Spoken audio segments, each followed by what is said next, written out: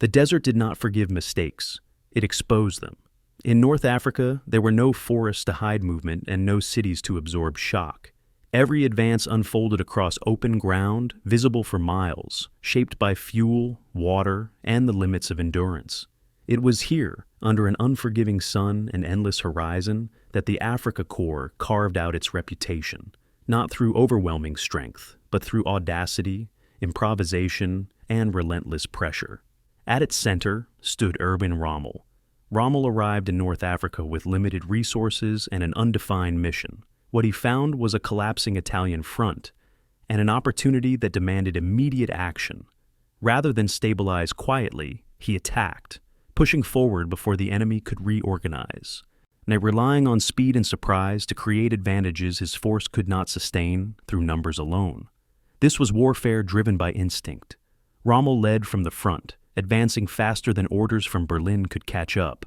His columns moved aggressively, often beyond their supply limits, turning momentum into a weapon. British defenses were repeatedly unbalanced, not because they were weak, but because they were forced to react constantly to an enemy who refused to fight predictably. The Afrika Korps became a force defined by motion. Battles were fought across vast distances. Flanks were fluid. Front lines existed only temporarily. Rommel exploited hesitation and punished delay. He turned limited strength into operational leverage by keeping opponents off balance and forcing them to defend everywhere while he struck where they were not ready. But the desert demanded payment. Every mile gained stretched supply lines thinner. Fuel shortages dictated tempo. Replacement equipment arrived late or not at all. The Afrika Korps lived at the edge of sustainability, winning battles faster than it could consolidate them. As the war continued, the balance began to shift. Allied coordination improved. Air power tightened its grip. Logistics became decisive. Rommel's tactical brilliance could not compensate forever for strategic imbalance. His force remained dangerous, but its freedom of action narrowed with each campaign. The same audacity that created breakthroughs also left formations exposed when momentum stalled. By the time the fighting reached its later stages, the Desert War had transformed. The Afrika Korps fought increasingly defensive battles. Counterattacks replaced sweeping advances. Survival replaced initiative. Rommel adapted as best he could, but the environment he had once mastered now favored mass, supply, and sustained pressure. The desert, once a space of opportunity, became a cage. The history of Rommel's Afrika Korps is not a simple legend of genius. It is a study in limits, of what speed can achieve and what it cannot, of leadership in motion and leadership constrained, of brilliance operating inside a war it could not control. The Afrika Korps reshaped how desert warfare was fought, but it could not escape the realities of scale and sustainment that ultimately decide campaigns. Before we press on, take a moment to notice the contrast. Where are you right now? Somewhere still, shaded, enclosed? And what time has the day drifted into where you are? The Desert War was fought in blinding light and constant exposure. Let this story unfold where you are, exactly as you are. This is the story of Rommel's Afrika Korps, a force defined by momentum, challenged by reality, and remembered for how it fought when the ground offered no mercy. October 15th, 1917. The Caporetto Front, Italian Alps. Captain Erwin Rommel crouches behind a limestone outcrop, watching fog roll through the mountain pass below. He commands 150 men. Before him lies an Italian defensive position holding 9,000 soldiers. His orders are to probe for weaknesses. Instead, he decides to attack. Within 36 hours, those 9,000 Italians will surrender to his tiny force. Joe and military theorists in Berlin will struggle to explain how such a thing happened. But Rommel understands something his superiors do not yet grasp, that speed and audacity can shatter an enemy's will faster than superior numbers ever could. The man who would become the Desert Fox was born in 1891 in Heidenheim, a small Swabian town where ambition meant joining the civil service or the clergy. His father taught mathematics. His mother kept house. Nothing in young Erwin's background suggested he would revolutionize warfare. He was a mediocre student, indifferent to classroom theory, restless during lectures. When he joined the Imperial German Army in 1910, His instructors noted his physical fitness, but questioned his intellectual rigor. One evaluation stated he lacked the temperament for staff work, and another suggested he might make an adequate company commander if properly supervised.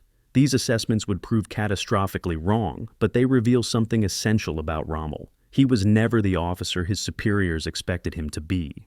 The Great War transformed him from an unremarkable lieutenant into something dangerous and new. While most officers commanded from headquarters, studying maps and issuing written orders, Rommel led from the front with a recklessness that terrified his men and electrified his commanders. At Caporetto, he didn't wait for artillery preparation or reinforcements. He identified the steepest, least defended route through the mountains, the path everyone assumed was impassable, and drove his company through it in darkness.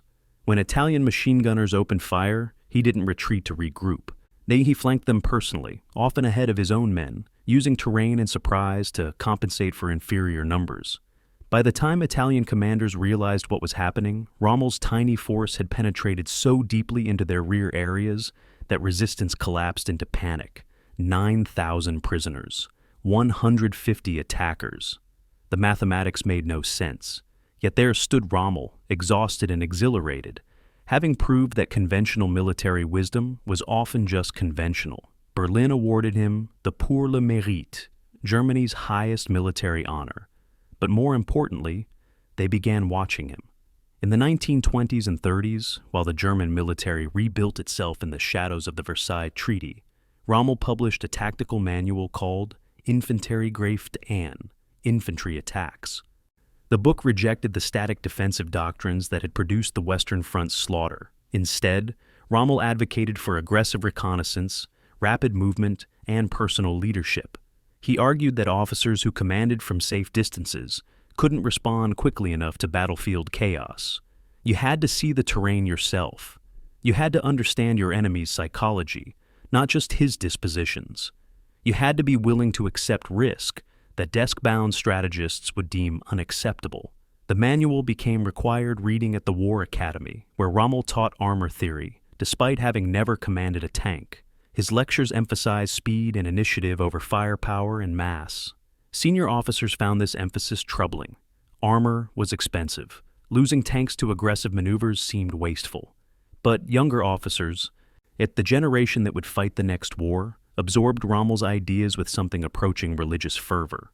1938 marked a turning point that would define Rommel's career and ultimately doom it.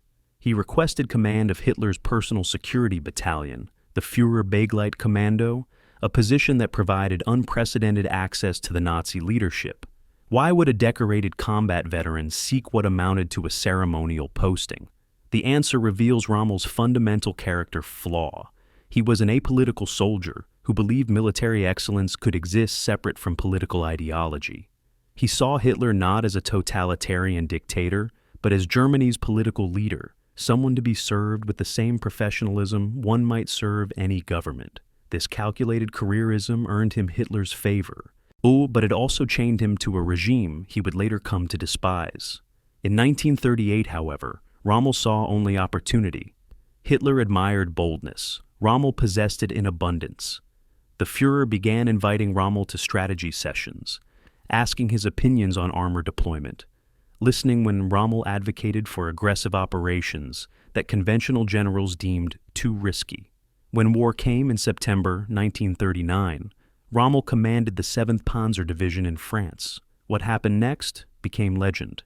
In May 1940, his division punched through French defensive lines so quickly that German high command lost track of his position for 3 days. He covered 96 miles in 24 hours, a pace considered impossible for mechanized forces. French commanders, trained in methodical warfare, they couldn't adapt to his speed. They prepared defensive positions based on where they expected German forces to be, only to discover Rommel had already bypassed them and was attacking their headquarters. His own logistics officers complained they couldn't supply him if he kept moving so fast. Rommel's response was typically blunt: capture enemy supply depots and use their fuel. By the time France surrendered, the 7th Panzer Division had earned the nickname Ghost Division, because even German intelligence couldn't track its movements reliably. 15,000 vehicles in constant motion, appearing where least expected, vanishing before counterattacks could organize. This was Rommel's vision of warfare made real, but success in France created a dangerous myth. That audacity alone could overcome any obstacle. And Rommel began to believe his own legend, and worse, so did Hitler. When the Führer needed someone to command German forces being sent to North Africa to rescue Italy's collapsing military, he thought of the general who moved faster than maps could chart. In February 1941, Hitler summoned Rommel to Berlin for a meeting that would change the course of the war. The transcript of that conversation reveals Hitler's strategic thinking at its most incoherent. North Africa wasn't truly important, the Führer explained, but losing it would embarrass Mussolini and weaken the Axis alliance. Rommel would receive limited forces, 2 divisions initially, and his mission was simply to prevent total Italian collapse. Hitler explicitly ordered Rommel not to launch any major offensives. The real war, Hitler insisted, would be fought in Russia, and which Germany would invade within months. North Africa was a distraction, a sideshow, barely worth the fuel it would consume. Rommel listened to these instructions and made a decision that would define his entire African campaign. He would interpret his orders creatively. He would transform a defensive mission into an offensive opportunity. He would prove that a determined commander could achieve victories that looked impossible on paper. This confidence wasn't entirely arrogance. His success in France had demonstrated that mobility and aggression could overcome material disadvantages. But France had possessed good roads, functional railways, and supply depots every 50 miles. North Africa would offer none of these advantages. The desert was vast, empty, hostile to mechanized warfare in ways that French farmland never was. And Rommel either didn't grasp this difference or believed his tactical genius could compensate for it. Both assessments would prove partially correct and ultimately catastrophic. He was about to lead one of history's most brilliant and futile military campaigns, a demonstration of how individual excellence within institutional failure produces nothing but expensive defeat. When Rommel boarded his plane for Africa, he carried a copy of his own book, Infantry Attacks, annotated with notes for a theoretical second volume about armor tactics. He never completed that book. The desert would teach him lessons that couldn't be captured in manuals, lessons about logistics and supply that no amount of tactical brilliance could overcome. His colleagues noted his excitement as the aircraft lifted off. He was 49 years old, old for frontline command but young in spirit, convinced that North Africa represented an opportunity for the kind of mobile warfare he'd spent 2 decades perfecting. One staff officer who accompanied him remembered Rommel's last words before departure. "This will be the campaign where we prove what armor can really accomplish." The tragedy was that he wasn't entirely wrong. He would prove exactly what armor could accomplish, and exactly what it couldn't. January 7th, 1941. Rome. General Italo Garibaldi stands before a map of North Africa, explaining disaster to German liaison officers. In 2 months, Britain's Western Desert Force has destroyed the Italian 10th Army. 40,000 prisoners, 380 tanks destroyed or captured, 900 miles of territory lost. The Italian general's voice cracks with exhaustion as he traces the British advance with his finger. Sidi Barrani, Bardia, Tobruk, Beta Foam. Each name represents another humiliation. The German officers take notes silently, their faces revealing nothing. But their reports to Berlin will be devastating. Italy's North African army, they conclude, is not merely defeated, it has effectively ceased to exist as a fighting force. Mussolini's imperial ambitions in Africa, his dreams of recreating Roman glory, have collapsed into chaos after 8 weeks of combat. The geography of North Africa made it perhaps the strangest battlefield in military history. The Libyan desert stretched 1,200 miles from Tunisia to Egypt, a narrow coastal belt where human civilization clung precariously to the Mediterranean shore. That one road connected everything, a single strip of asphalt running parallel to the sea, the only reliable route for moving supplies and armies. Venture south into the interior, and you entered terrain that swallowed armies whole, sand dunes 30 feet high, gravel plains where navigation was impossible without compasses, temperatures that reached 130 degrees Fahrenheit in summer, dropping to freezing at night. There were no forests to provide cover, No rivers to defend, no mountain passes to hold, just emptiness. Both sides would fight for towns that consisted of 3 buildings and a well. Armies would seize defensive positions that offered no natural advantages whatsoever, because they represented the only identifiable terrain features for 50 miles in any direction. This geography created a logistical nightmare that would define the entire campaign.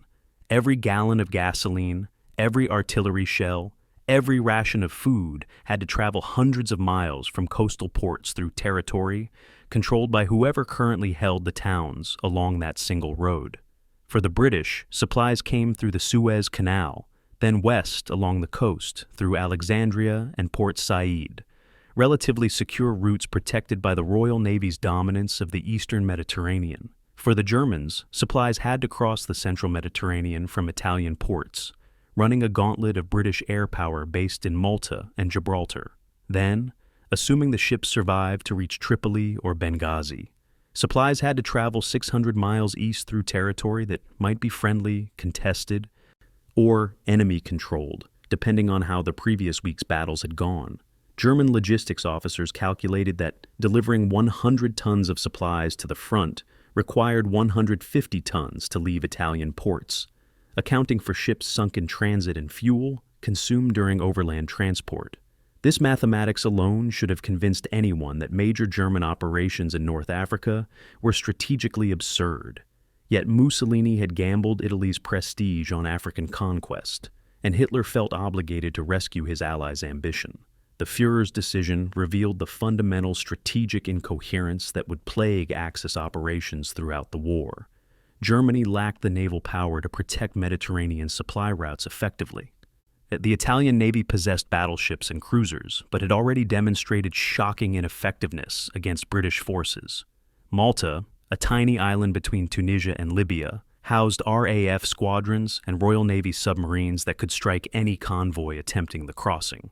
Berlin's own intelligence assessments stated clearly that North Africa could not be held indefinitely without naval supremacy, which Germany had no prospect of achieving. Nevertheless, Hitler authorized sending German forces to prop up Italy's collapsing position, apparently believing that German military excellence could somehow compensate for impossible logistics.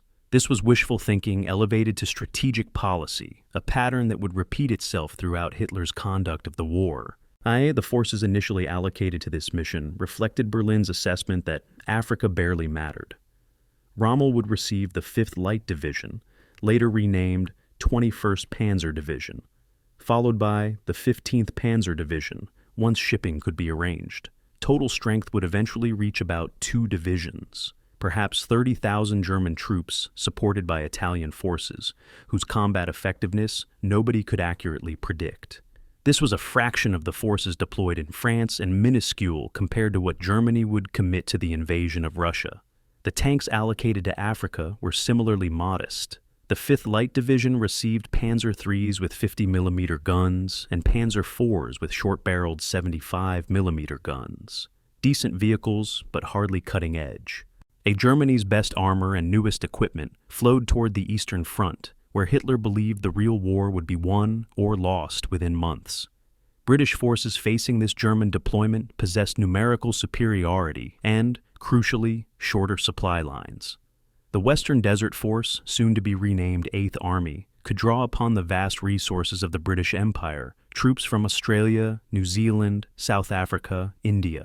When British units lost equipment, replacements arrived within weeks from factories in Britain or from stockpiles in Egypt. When German units lost equipment, replacements had to be manufactured in Germany, loaded onto ships, sailed through submarine-infested waters, unloaded at African ports, and trucked 600 miles to the front. The British tank crews knew that mechanical breakdowns were irritating, but not catastrophic. Recovery vehicles could tow damaged tanks back to repair depots. German tank crews understood that mechanical breakdown deep in the desert might mean abandoning a vehicle that could never be replaced. This asymmetry would shape every calculation both sides made about acceptable risks and sustainable operations. The Italian component of Axis forces in North Africa presented problems that German commanders found almost impossible to solve. Italian infantry divisions were organized around World War I principles. large formations with limited motor transport, dependent on mules and foot marching for mobility. Italian tanks were catastrophically obsolete. The M1340, Italy's most modern tank in 1941, it mounted a 47mm gun that couldn't penetrate British armor at combat ranges. Worse, the M13 weighed only 14 tons and had armor thickness of barely 30 millimeters, making it vulnerable to nearly every anti-tank weapon the British possessed. Italian soldiers often fought bravely, but bravery couldn't compensate for equipment designed a decade before the war began. German officers who inspected Italian units reported back that they found soldiers willing to fight but lacking the weapons, transport, and training needed to survive against British forces. The Ariete Division, Italy's best armored formation in Africa, possessed courage and determination, but operated tanks that were essentially mobile coffins. When Rommel arrived in Tripoli on February 12, 1941, he conducted his own inspection and reached conclusions that terrified him. The port of Tripoli could handle perhaps 4,000 tons of supplies daily under ideal conditions, barely sufficient to sustain defensive operations, nowhere near enough to support an offensive. Italian morale was shattered. Equipment losses had been catastrophic. Fuel reserves would last perhaps 3 weeks of moderate operations. Ammunition stocks for artillery were depleted to the point that Italian gunners were being ordered to conserve shells by firing only at confirmed targets, a restriction that effectively neutered artillery's ability to suppress enemy forces or provide covering fire. Rommel's report to Berlin stated bluntly that Italian forces were not battle-worthy, and that any German offensive would depend almost entirely on German units operating independently of Italian support. Yet, even as Rommel cataloged these deficiencies, his mind was already working on solutions that violated his explicit orders.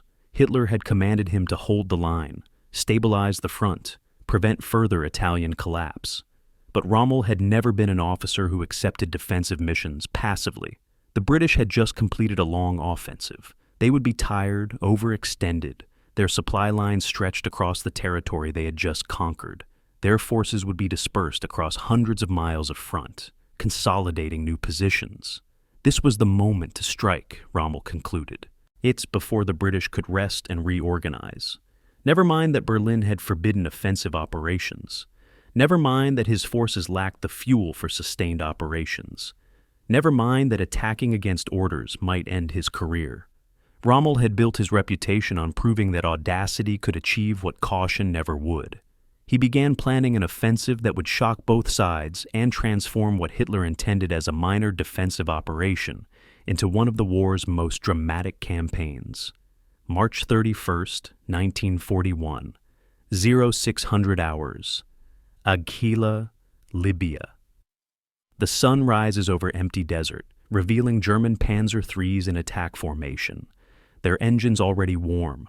British forward observers peer through binoculars, counting vehicles, calculating strength, and reaching the wrong conclusions. They report what appears to be a limited reconnaissance patrol, perhaps 20 tanks, not enough to threaten established defensive positions. Within hours, those observers will be dead or captured, and the British defensive line will be collapsing faster than commanders can process radio reports. Rommel has committed nearly everything he possesses to this attack. Over 100 tanks plus Italian infantry divisions he's somehow convinced to advance despite their earlier defeats. This isn't reconnaissance. This is the opening move of an offensive that will recapture 900 miles of territory in 30 days. An achievement so improbable that British intelligence will initially dismiss reports as exaggerated panic. The plan violated every principle of conventional warfare. Rommel's forces were outnumbered. German intelligence estimated British strength at roughly 400 tanks compared to his 200 operational vehicles. Plus, the British held prepared defensive positions with clear fields of fire. Standard military doctrine suggested a 3-to-1 advantage was necessary for successful offensive operations. Rommel possessed 1-to-2 disadvantage instead. He had limited fuel reserves, enough for perhaps 400 miles of movement if he carefully rationed consumption, but Rommel never rationed anything carefully in his life. His supply line stretched back 600 miles to Tripoli, meaning every mile he advanced made resupply more difficult.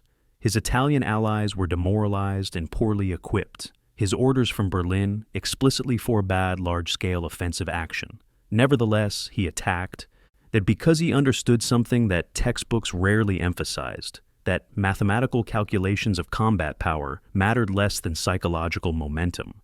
Break an enemy's confidence, shatter his assumptions about what's possible, and numerical superiority becomes irrelevant. The initial fighting was brutal and nearly disastrous.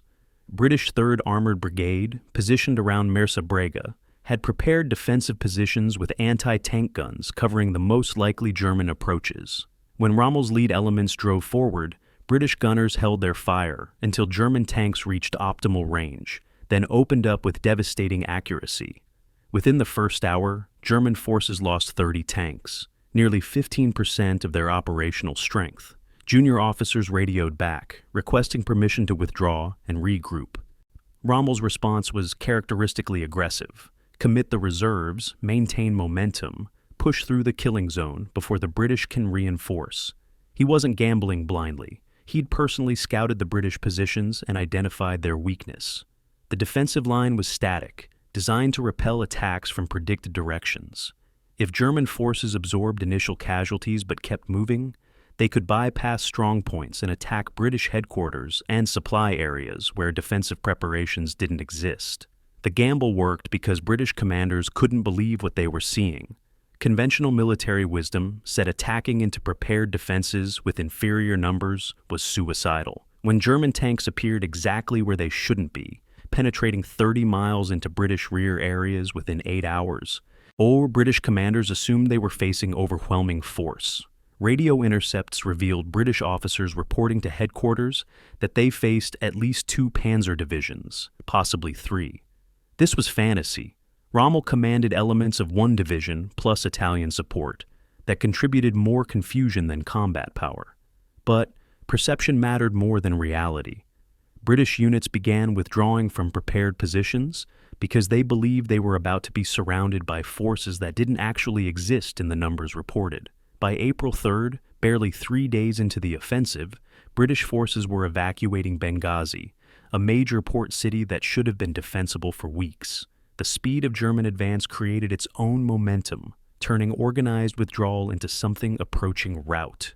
Rommel personally led reconnaissance elements, a habit that terrified his staff officers and violated every principle of modern command. On April 5th, he drove his command vehicle within artillery range of retreating British columns, studying their movement patterns through binoculars, searching for weak points. His aide later recalled that enemy shells landed within 50 meters while Rommel calmly dictated orders into a radio, apparently oblivious to the danger. This wasn't bravery so much as obsession. Rommel believed that commanders who remained in headquarters received filtered information shaped by subordinates' caution and self-interest. To understand the battlefield's reality, you had to see it directly. You had to watch how enemy forces moved, observe where they were strong and where they panicked, and identify the moment when resistance was crumbling and could be shattered with one more push. This close-range observation gave him tactical advantages that more cautious commanders never developed, but it also created a dangerous pattern. Rommel increasingly made decisions based on what he personally observed within a few square miles, while remaining ignorant of larger strategic realities developing beyond his immediate vision. The advance stalled at Tobruk, a fortress port city garrisoned by Australian troops who had no intention of surrendering to German bluster. On April 7th, Rommel demanded the British surrender. The Australian commander's response was brief and unprintable. When Rommel ordered immediate assault, Australian defenders repulsed German attacks with heavy casualties. The fortress possessed concrete bunkers, or minefields, and most importantly, defensive depth, a 30-mile perimeter that couldn't be penetrated by simple aggressive charges. Rommel's favorite tactic, the rapid flanking maneuver, was impossible here. The Mediterranean protected Tobruk's northern perimeter. British naval vessels could bombard German positions and resupply the garrison. For the first time in his African campaign, Rommel confronted an obstacle that refused to yield to audacity. The Australian 20th and 24th Brigades, entrenched behind prepared fortifications, demonstrated that defensive warfare still possessed advantages that mobile offense couldn't overcome. Nevertheless, by April 11th, German forces had reached the Egypt-Libya border, 900 miles from where they'd started 30 days earlier. This achievement stunned military observers worldwide. German forces had been ordered to prevent Italian collapse, and instead had recaptured nearly everything Italy had lost. Rommel's logistics officers reported fuel reserves were nearly exhausted. Ammunition stocks were depleted. Vehicle maintenance was catastrophic. 50% of German tanks required major repairs. The offensive should never have succeeded, according to conventional calculations. It succeeded because Rommel understood that war is fundamentally psychological. The British hadn't been defeated so much as demoralized. They'd prepared to face a defensive German force and instead encountered aggressive operations they couldn't comprehend. Their tactical withdrawals became operational retreats, became strategic abandonment of territory. But the seeds of eventual defeat were already visible to anyone examining the campaign strategically. Rommel now held a front stretching from Tobruk to Sollum, nearly 1,200 miles of territory, with one supply road and no defensive depth. His forces couldn't capture Tobruk, which remained a British-held fortress in his rear area, threatening his supply lines every moment it held out. Every mile of territory he'd conquered made supplying his army more difficult. He'd achieved tactical brilliance within strategic absurdity. German high command in Berlin sent congratulations mixed with warnings. Yes, Rommel had exceeded all expectations. Yes, he'd demonstrated remarkable tactical skill. But he'd also violated direct orders, overextended his forces, and created a military situation that Germany lacked the resources to sustain indefinitely. One staff officer in Berlin summarized the contradiction perfectly. Rommel thinks like a cavalryman, not a panzer commander. He sees empty space and charges forward, never asking if he can hold what he captures. April 1941 marked the end of the first phase of Rommel's African campaign. He'd transformed a defensive mission into offensive triumph. He'd demonstrated that German tactical excellence could compensate for material disadvantages. He'd become a hero in Germany and a legend to his enemies. British soldiers began calling him the Desert Fox, a nickname that captured both respect and wariness. But legends are dangerous things. They create expectations that reality cannot sustain. And Rommel had convinced himself in Berlin that audacity alone could win the North African campaign. The next 2 years would teach him the limits of that philosophy, one bloody mile at a time. April 10th, 1941, 2300 hours. Tobruk perimeter. Australian Sergeant Jack Edmondson crouches in a sandbag position, listening to diesel engines approaching through darkness. The German 5th Light Division is preparing another assault, their third in 24 hours. Previous attacks have been repulsed with heavy casualties, but Rommel keeps probing, searching for weakness in the Australian defensive lines. Edmondson checks his rifle, adjusts the position of grenades within easy reach, and waits. He knows what German tactics will be: infiltration by infantry under covering fire from tanks, attempting to breach the wire obstacles and establish footholds within the perimeter. What Rommel doesn't understand is that Australian troops have fought defensive battles like this before, and they have no intention of yielding ground to threats or intimidation. Within hours, Edmondson will win the Victoria Cross for counterattacking German positions single-handedly before dying of wounds.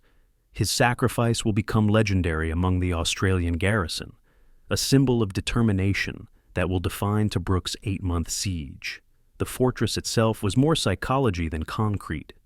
British engineers had constructed a defensive perimeter roughly 30 miles around, consisting of anti-tank ditches, barbed wire obstacles, concrete bunkers, and minefields.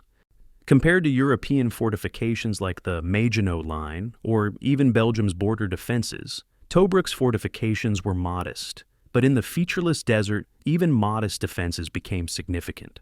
Attackers had to approach across open ground with no cover, exposed to defensive fire for minutes before reaching the wire. Australian commanders understood that defending Tobruk wasn't primarily about the physical barriers. It was about convincing German attackers that the cost of penetration would exceed any benefit Rommel might gain. Every assault repulsed, every German casualty inflicted, reinforced the message that Tobruk wouldn't fall to the same aggressive tactics that had worked across 900 miles of open desert. Rommel's frustration was visible to everyone around him. His entire operational philosophy depended on momentum and mobility. Sieges were static, slow, methodical, everything he despised about conventional warfare. But he couldn't bypass Tobruk either. The fortress port sat in his rear area, threatening supply convoys traveling along the coastal road. British naval vessels could use Tobruk's harbor to land reinforcements and launch raids. Leaving it in British hands created a permanent vulnerability that might prove fatal. Between April 10th and April 14th, Rommel ordered 4 major assaults against Australian positions. Each attack followed similar patterns. German infantry supported by tanks attempting to breach defenses at what intelligence identified as weak points. Each assault failed because there were no weak points. Australian troops had prepared their positions carefully, all positioning anti-tank guns to create overlapping fields of fire, coordinating infantry defensive positions to support each other, establishing fallback positions so that even local German breakthroughs could be contained and counterattacked. The casualties shocked German commanders accustomed to easy victories. In 4 days of fighting, German forces suffered over 700 killed and wounded, catastrophic losses for units already depleted by the month-long offensive from Agaila to the Egyptian border. Italian forces supporting the assaults fared even worse. On April 13th, Italian infantry attacked an Australian battalion position near the western perimeter. Australian defenders waited until Italian troops reached the barbed wire, then opened fire with machine guns and mortars. 400 Italian casualties in 30 minutes. The survivors withdrew in disorder, and Italian commanders quietly informed Rommel that further Italian assaults against Tobruk would be ineffective. German officers observed these failures with growing concern. One lieutenant wrote in his diary, "We are being bled for nothing. Every man we lose here weakens our ability to fight the main British forces. Rommel's stubbornness may cost us the entire campaign." By late April, reality forced Rommel to accept what his temperament resisted, that Tobruk could not be taken quickly through assault. He shifted strategy towards siege and starvation, hoping to force British surrender through isolation rather than direct attack. This was strategically sensible, but operationally difficult. Maintaining a siege required dedicating forces to containment that might be needed elsewhere. British naval vessels continued supplying the garrison under cover of darkness, landing supplies and evacuating wounded. The Royal Navy's Mediterranean fleet maintained dominance of the waters around Tobruk, meaning German artillery couldn't prevent the resupply operations. RAF aircraft based in Egypt flew patrols over the fortress, limiting German aerial reconnaissance. The Luftwaffe's 3rd Air Corps, based in Sicily, provided support when available, but these aircraft were constantly pulled away for operations in Greece, Crete, or the Mediterranean convoy routes. Tobruk became a permanent drain on German resources, a fortress that required constant attention but offered no prospect of easy victory. The siege stretched through summer into autumn. Australian troops, isolated and subjected to constant shelling and air raids, all maintained defensive readiness that German commanders found incomprehensible. Australian patrols aggressively pushed out from the perimeter at night, ambushing German supply convoys, destroying artillery positions, capturing prisoners for intelligence purposes. This wasn't passive defensive warfare. It was active harassment that kept German besiegers constantly off balance. When British forces rotated fresh units into the garrison, replacing the original Australian defenders, combat effectiveness didn't decline. The British 32nd Infantry Brigade arrived in October and continued the same aggressive defensive tactics. German intelligence officers concluded that Tobruk's garrison possessed morale and training advantages that made the fortress effectively impregnable without overwhelming force that Rommel didn't possess. In November brought operational consequences Rommel had long feared. British 8th Army launched Operation Crusader, a major offensive designed to relieve Tobruk and push German forces back across Libya. Suddenly, Rommel faced threats from multiple directions, the Tobruk garrison potentially breaking out from inside the fortress while British forces attacked from the east. He lacked reserves sufficient to contain both threats simultaneously. The strategic weakness of his overextended position became catastrophically obvious. Forces dedicated to besieging Tobruk couldn't be redeployed quickly enough to meet the new British offensive. The long supply line from Tripoli meant reinforcements and fuel couldn't reach the front in time to affect the developing battle. For the first time since arriving in Africa, Rommel had to contemplate the possibility that his entire position might collapse. The fighting in November and December 1941 demonstrated how Tobruk had fundamentally altered the campaign's strategic balance. German forces, excellent at mobile warfare, now had to defend static positions while British forces exploited mobility. The tables had turned precisely because Rommel couldn't reduce the fortress quickly. His greatest strength, aggressive offensive operations, became partially neutralized by his inability to secure his rear area. British planners understood this dynamic perfectly. They maintained Tobruk's garrison specifically to pin German forces and create opportunities for counteroffensive operations. The fortress became a strategic anchor that held Rommel in place even when his instincts screamed at him to maneuver and attack. December 7th marked the end of the first siege when British forces finally linked up with Tobruk's garrison after brutal fighting around the perimeter. The Australian defenders, who had held the fortress for 8 months, emerged exhausted but triumphant. German forces withdrew westward, surrendering all the territory won during Rommel's spectacular spring offensive.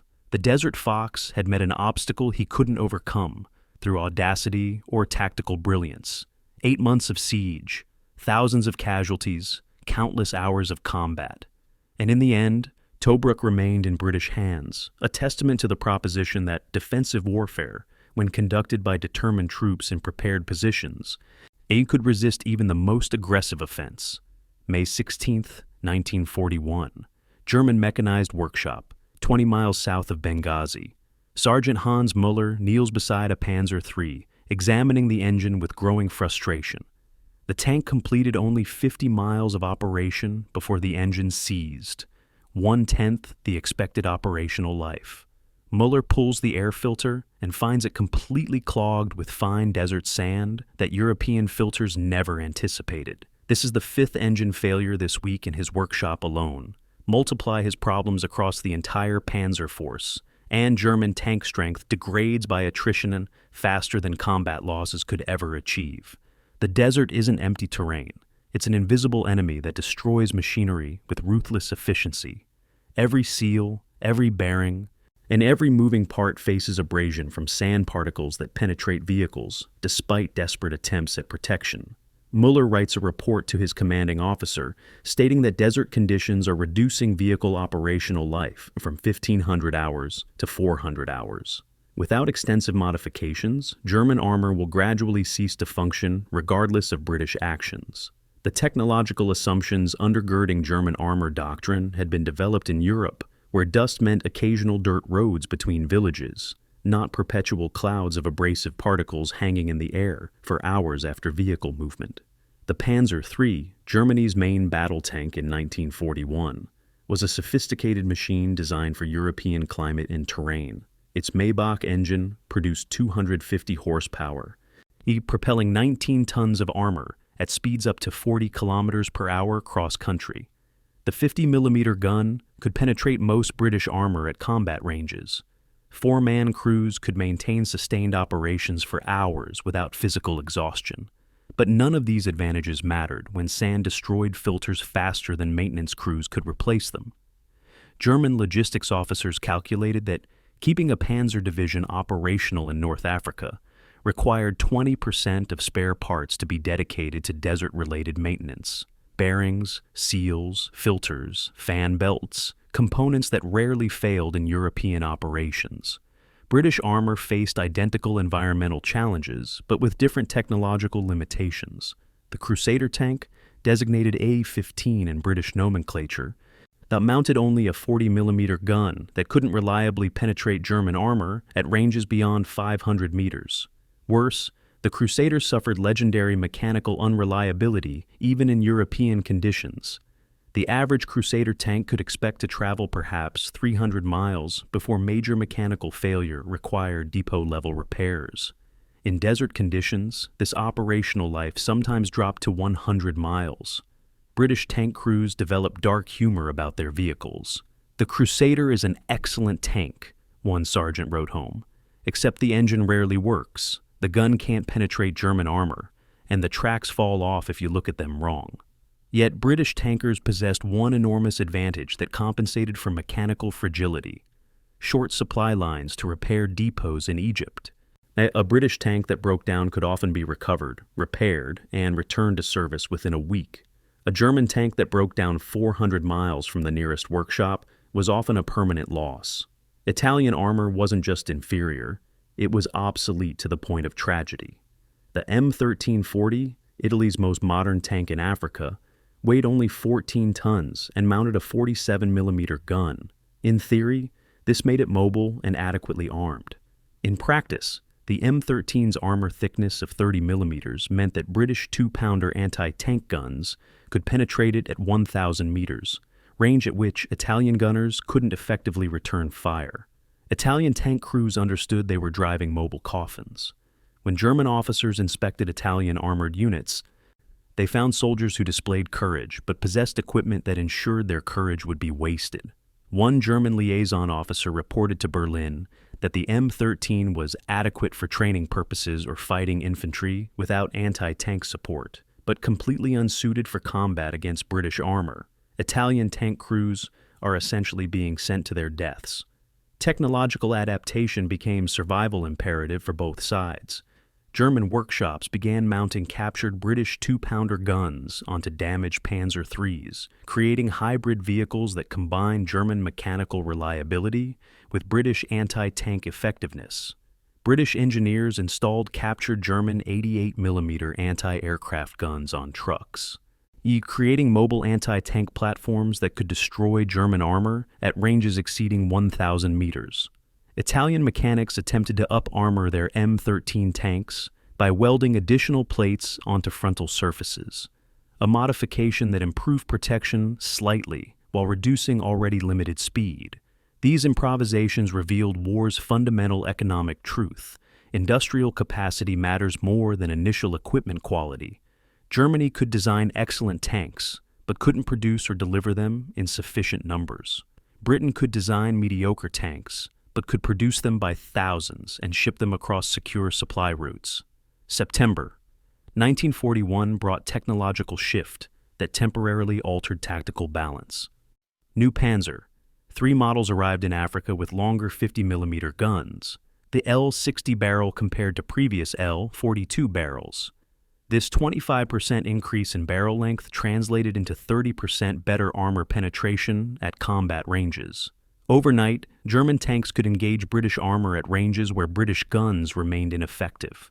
British intelligence officers analyzing German tank capabilities after capturing a new model Panzer III wrote reports stating that previous tactical assumptions were now obsolete. British tanks could no longer close to effective gun range without exposing themselves to German fire that could penetrate British armor, while British guns remained useless. This technological advantage lasted until spring 1942, when British forces began receiving new 6-pounder anti-tank guns and American-built Sherman tanks, vehicles that would restore British technological parity and eventually establish superiority. The desert's mechanical attrition affected operations more fundamentally than combat losses. German panzer divisions nominally possessed 200 tanks, but operational readiness rarely exceeded 60%. On any given day, 40% of German armor was in workshops, awaiting spare parts, having engines replaced, getting tracks repaired. British armor suffered similar attrition rates, but British workshops could cannibalize damaged vehicles for parts and receive new components within weeks. German workshops operated 600 miles from their nearest supply port, dependent on ship convoys that were being systematically destroyed by British naval and air forces operating from Malta. By late 1941, German tank crews understood that mechanical breakdown was potentially more fatal than combat damage. A knocked-out tank might be recovered and repaired, but a tank with destroyed engine deep in the desert became an abandoned wreck. The human cost of technological inadequacy rarely appeared in official casualty reports, but shaped soldiers' daily experience of war. Tank crews lived inside metal boxes that became ovens in summer heat. Interior temperatures could reach 60 degrees Celsius, hot enough to cause burns from accidental contact with internal surfaces. Men wore special gloves to handle ammunition that might otherwise sear their hands. Dehydration caused constant medical problems. Now tank crews required 4 liters of water daily just to maintain basic function, but supply shortages frequently reduced this to 2 liters or less.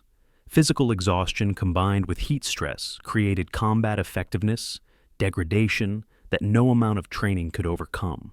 German medical officers reported that average tank crew combat efficiency declined by 30% after 4 weeks of continuous desert operations, not from casualties, but from cumulative physical exhaustion. By end of 1941, the desert had taught both sides brutal lessons about industrial warfare's realities. Tactical excellence mattered, but logistics mattered more. Crew skill was valuable, but mechanical reliability was irreplaceable. The side that could maintain more operational tanks would eventually win, regardless of individual combat results. German forces possessed better trained crews and initially superior equipment, but these advantages eroded daily against British capacity to replace losses faster than Germany could inflict them. The desert was proving what modern warfare would consistently demonstrate, that industrial capacity and supply lines determined victory more reliably than battlefield tactics ever could. June 23, 1941. Italian Naval Headquarters, Rome. Admiral Arturo Riccardi reviews shipping loss reports with visible despair. Last month, 35% of supply convoys bound for North Africa were sunk or damaged by British forces. This month, the percentage is climbing toward 40%. He traces ship tracks on a Mediterranean map, showing naval officers the pattern of destruction. Malta sits like a dagger pointed at every convoy route. British submarines patrol from Gibraltar. RAF aircraft based in Egypt hunt Italian transport ships with devastating effectiveness. Riccardi calculates that delivering 100,000 tons of supplies to Rommel requires shipping 150,000 tons from Italian ports, accepting 50,000 tons of losses as inevitable cost. This mathematics is unsustainable. Germany's North African campaign depends on supplies that increasingly cannot arrive. The admiral writes in his diary that night, "We are attempting to supply an army across a sea we do not control. Military history suggests this always ends the same way." The Mediterranean Sea was barely 500 miles wide at its narrowest point between Tunisia and Sicily. Yet this small expanse of water would determine the entire North African campaign's outcome more decisively than any battle. British strategy from the beginning had focused on interdiction, destroying Axis supply lines faster than they could be rebuilt. Malta's position made this strategy brutally effective. British forces on the island operated submarines, bombers, and surface raiders that could strike convoys throughout the central Mediterranean. Italian and German ships attempting to reach North Africa had essentially 3 options. Route 1 crossed from Naples or Palermo to Tripoli, 600 miles through waters Malta could patrol easily. Route 2 crossed from Sicily to Benghazi, shorter distance but through even more concentrated British air power. Route 3 attempted to convoy along the African coast from Tunisia to Libya, longer voyage but potentially beyond Malta's effective range, except this route required first getting supplies to Tunisia, which presented the same problems. Every option was lethal. German quartermasters attempting to supply Rommel's forces faced mathematical impossibility.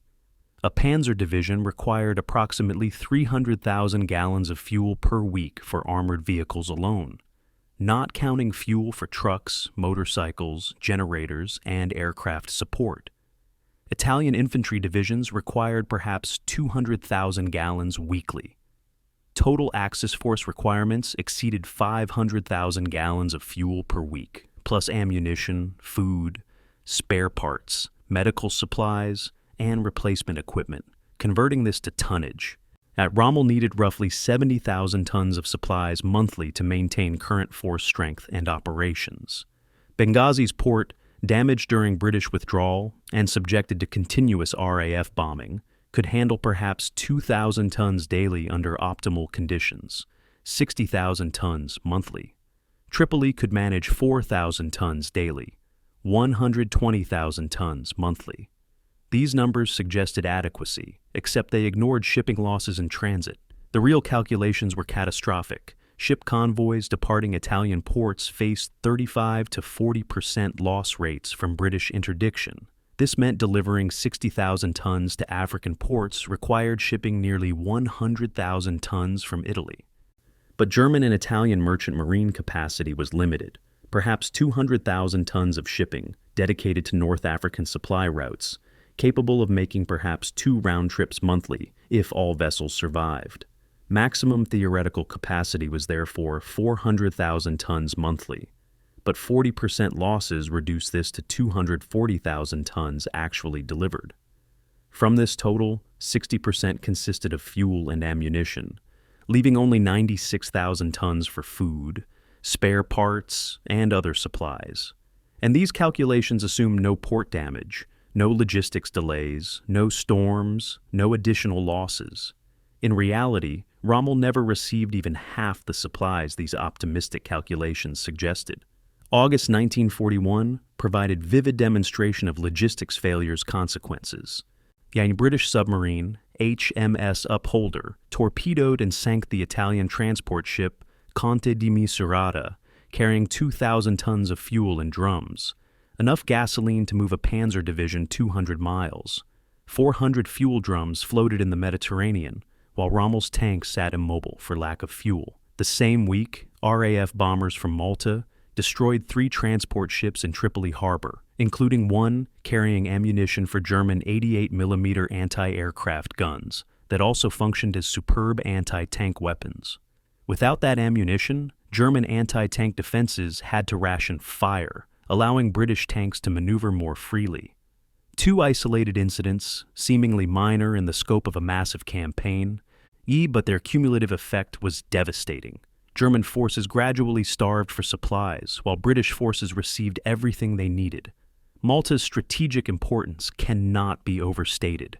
This tiny island, barely 120 square miles, hosted RAF squadrons, Royal Navy submarines, and intelligence operations that destroyed Axis supply lines systematically.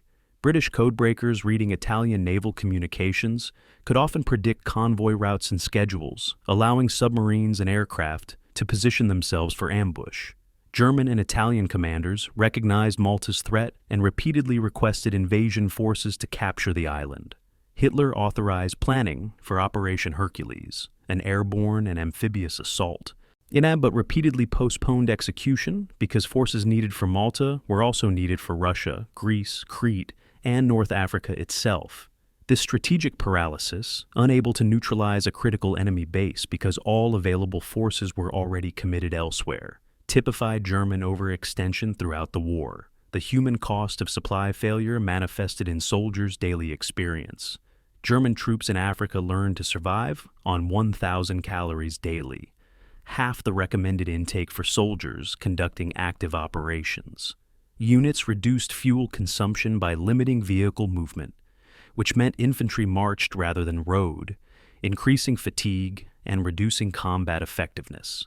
Water supplies became so constrained that soldiers received 1 liter daily for all purposes: drinking, cooking, washing, vehicle radiators. Medical units operated without adequate supplies of morphine, sulfa drugs, or bandages. Wounded soldiers sometimes went untreated because supplies needed for surgery simply didn't exist in theater. One German medical officer wrote, "We are treating wounded as if this were 1814, not 1941. We lack even basic medications. Men die from infections that should be easily preventable." British forces faced no equivalent supply crisis. Alexandria, Port Said, and Suez handled 200,000 tons of supplies monthly arriving from India, East Africa, Australia, and Britain itself. British soldiers received adequate food, clean water, medical care, and regular equipment replacement. When British tank units reported mechanical failures, replacement tanks arrived within weeks. When German tank units reported failures, that replacement parts might take months to reach Africa, if they arrived at all. This asymmetry created psychological effects that pure casualty counts never captured. British soldiers understood that their supply system functioned reliably. German soldiers understood that every expenditure of fuel and ammunition reduced finite stocks that might not be replenished. This knowledge shaped tactical decisions at every level. British commanders could afford aggressive operations, while German commanders had to carefully husband irreplaceable resources. Rommel's supply officers repeatedly warned that offensive operations were becoming mathematically impossible.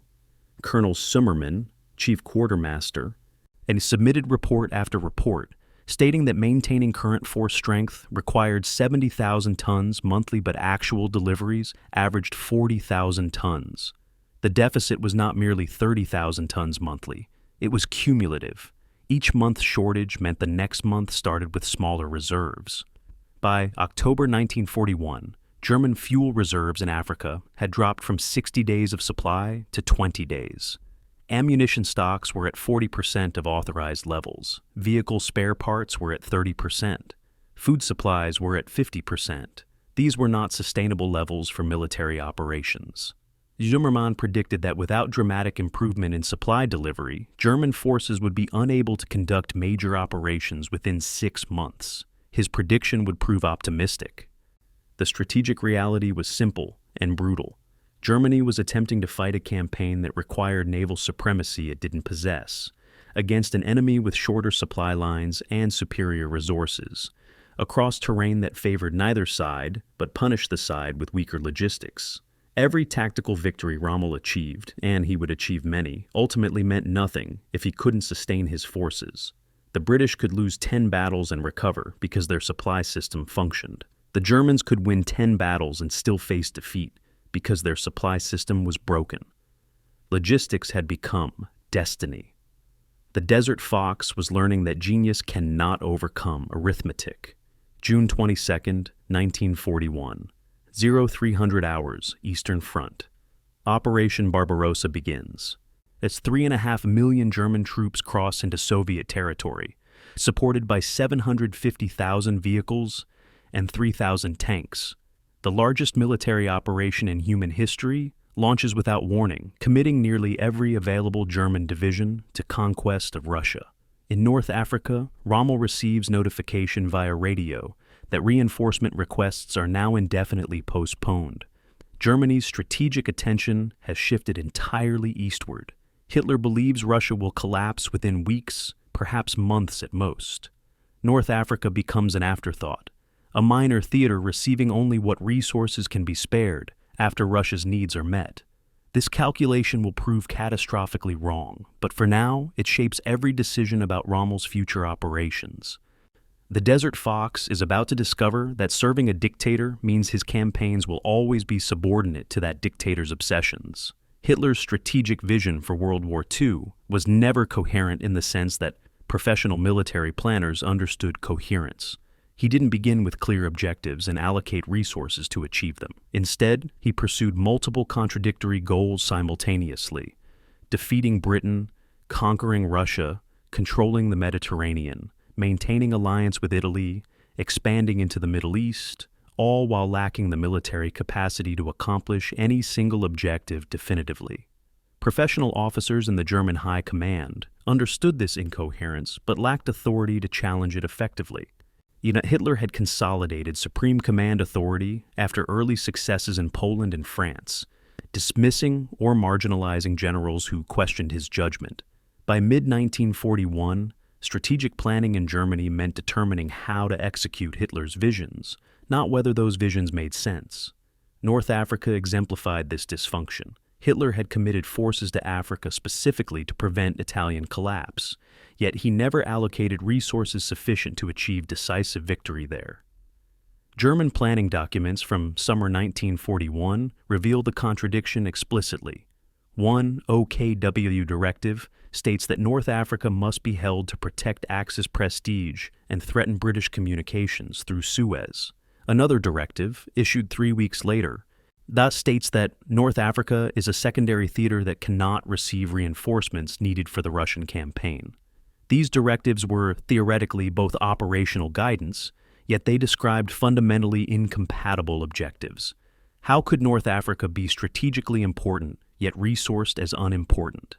The answer was that Hitler wanted contradictory things and expected his subordinates to somehow deliver both outcomes simultaneously. Rommel's command structure embodied this strategic confusion. Nominally, he reported to Italian High Command because North Africa fell within Italy's sphere of Axis responsibility. Practically, he received orders directly from OKW in Berlin because Hitler wanted direct control over German forces. The Italian commanders possessed theoretical authority over Rommel, but lacked practical ability to overrule German strategic decisions. This created a paralyzed command system where nobody could make decisive choices. Italian generals wanted to consolidate defensive positions and prioritize survival over offensive operations. Rommel wanted to attack aggressively while supplies lasted. Hitler wanted simultaneous defense and offense, depending on which moment you asked him. The result was that Rommel operated with enormous tactical freedom but zero strategic guidance, making battlefield decisions that won immediate victories while contributing to inevitable strategic defeat. July 1941 brought particularly clear example of this dysfunction. Rommel submitted detailed plan for capturing Tobruk, arguing that securing the fortress would solve his supply problems by providing a deep-water port that could handle much larger tonnage than Benghazi.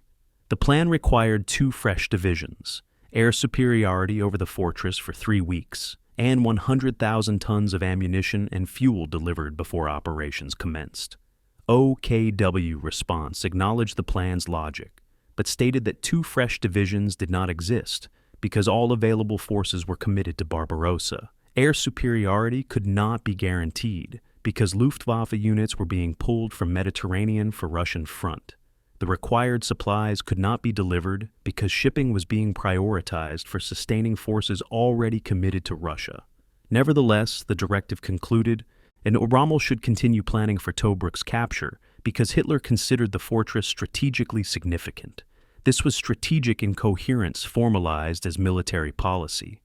December 7, 1941, introduced additional complication that would reshape the entire war's strategic landscape. Japan attacked Pearl Harbor. 4 days later, Hitler declared war on the United States, apparently believing America was already effectively at war with Germany through Lend-Lease support of Britain. This decision, made impulsively without consulting military advisors, added to Germany's list of enemies the world's greatest industrial power. American production capacity dwarfed Germany's. American factories could build tanks, aircraft, and ships faster than Germany could destroy them. All American resources were essentially unlimited compared to Germany's strained economy, already struggling to supply multiple fronts. For North Africa specifically, American entry meant British forces would soon receive American-built Sherman tanks, superior to anything Germany could field in Africa. It meant British supply lines would become even more secure as American naval power joined the Atlantic and Mediterranean. It meant Rommel would eventually face not just British Empire forces, but American troops with unlimited equipment.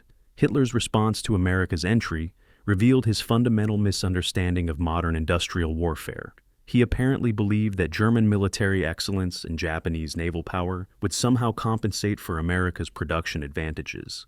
And his strategic planning for 1942 assumed that Russia would be defeated before American forces could deploy in strength, allowing German forces to concentrate against Britain and America with full resources. This assumption proved fantasy within months. Russia didn't collapse.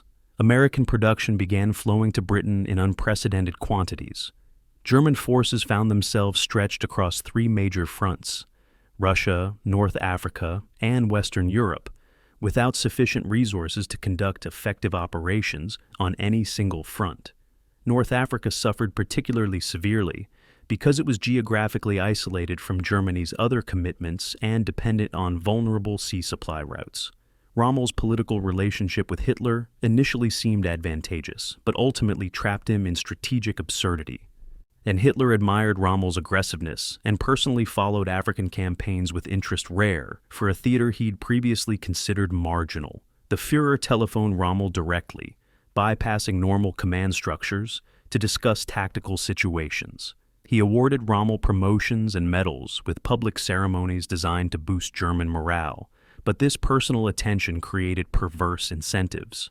Rommel felt pressure to deliver victories that would justify Hitler's confidence, even when those victories were strategically meaningless.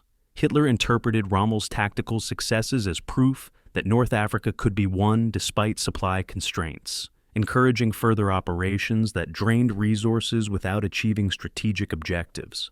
Their relationship became a closed loop of mutual reinforcement. Rommel won battles to please Hitler.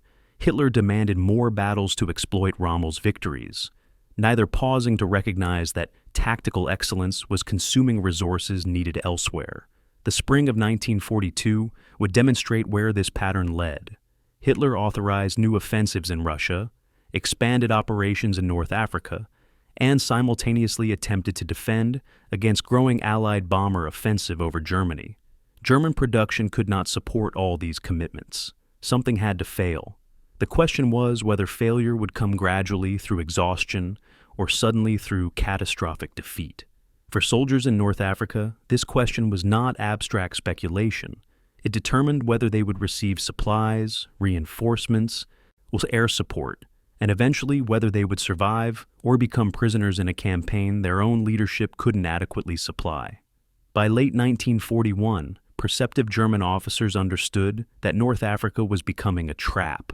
Territory captured couldn't be defended adequately. Supply lines stretched beyond sustainable limits. British forces were growing stronger, while German forces remained static or weakened. Yet, withdrawing would mean admitting defeat, which Hitler's ideology couldn't accept.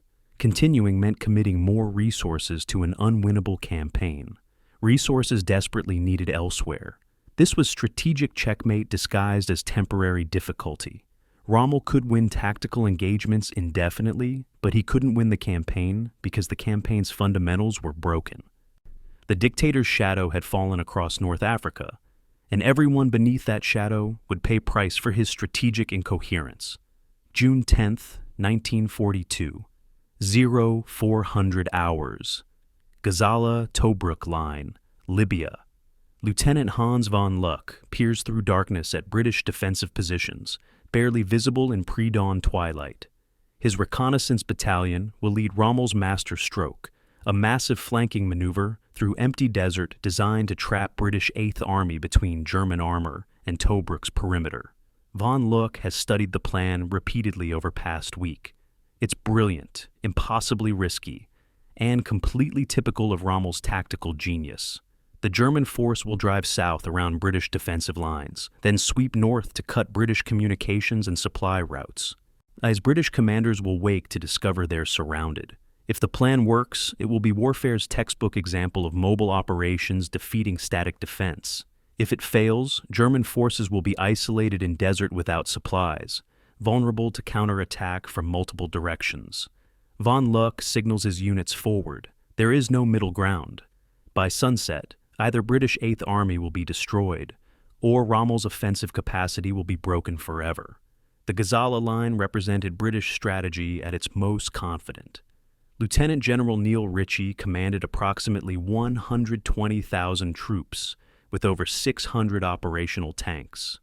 Numerical superiority that should have made defensive operations routine. British defensive positions stretched 50 miles from Mediterranean coast to Bir Hachaim in the south.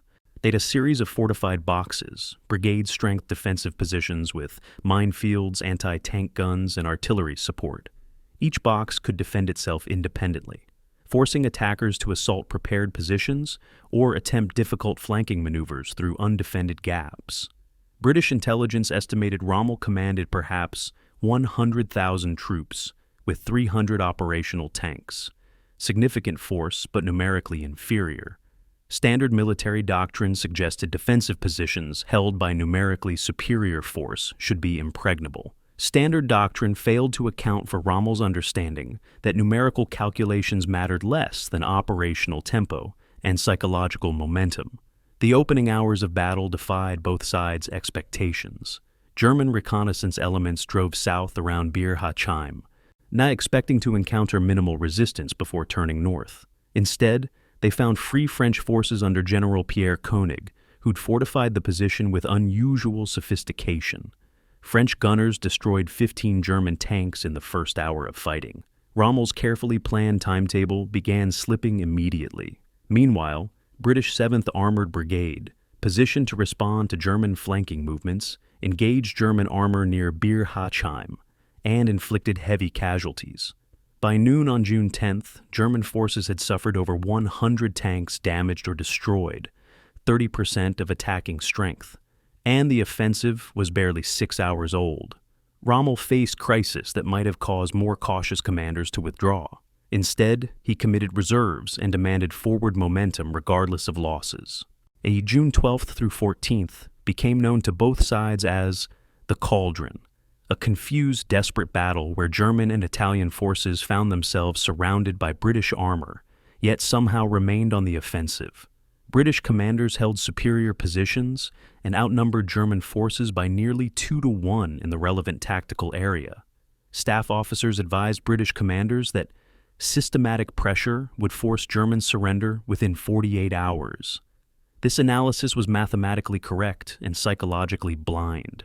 Rommel understood that battles aren't decided by force ratios, but by commanders' will to accept casualties while maintaining aggression.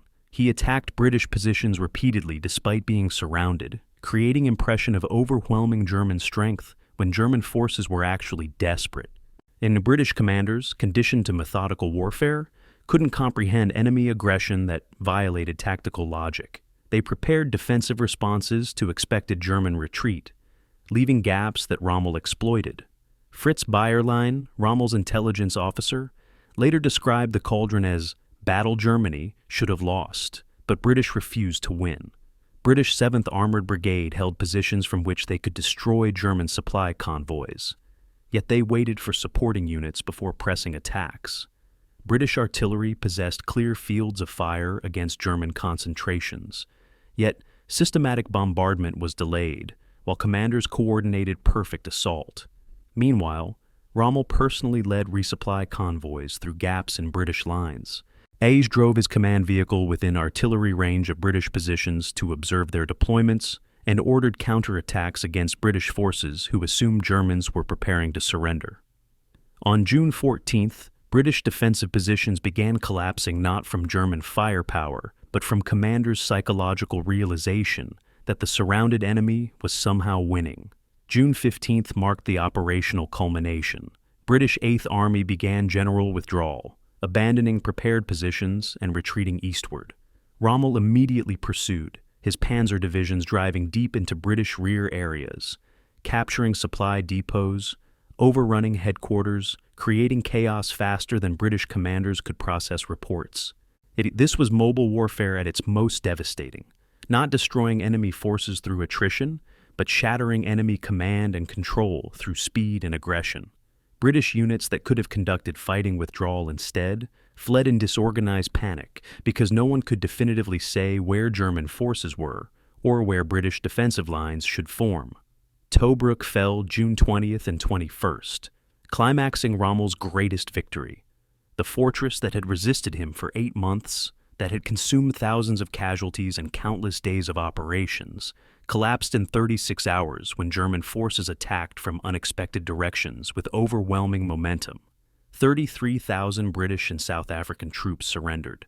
2,000 vehicles fell into German hands. Massive supply dumps, fuel, ammunition, food became spoils of victory that briefly alleviated German supply crisis. Hitler promoted Rommel to Field Marshal, youngest officer ever awarded that rank.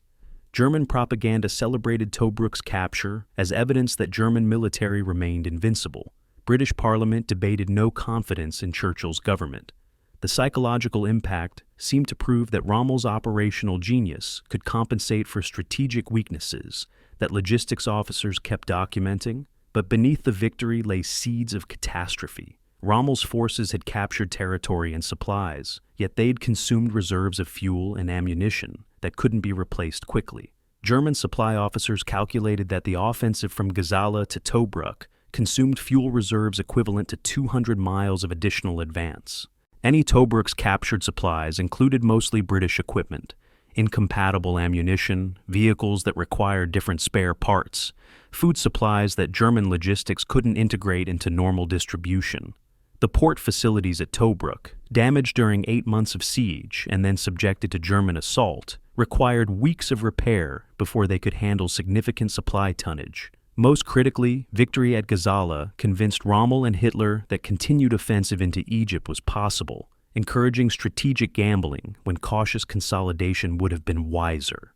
Rommel's report to Berlin balanced triumph with warning. He'd defeated British Eighth Army decisively. He'd captured Tobruk.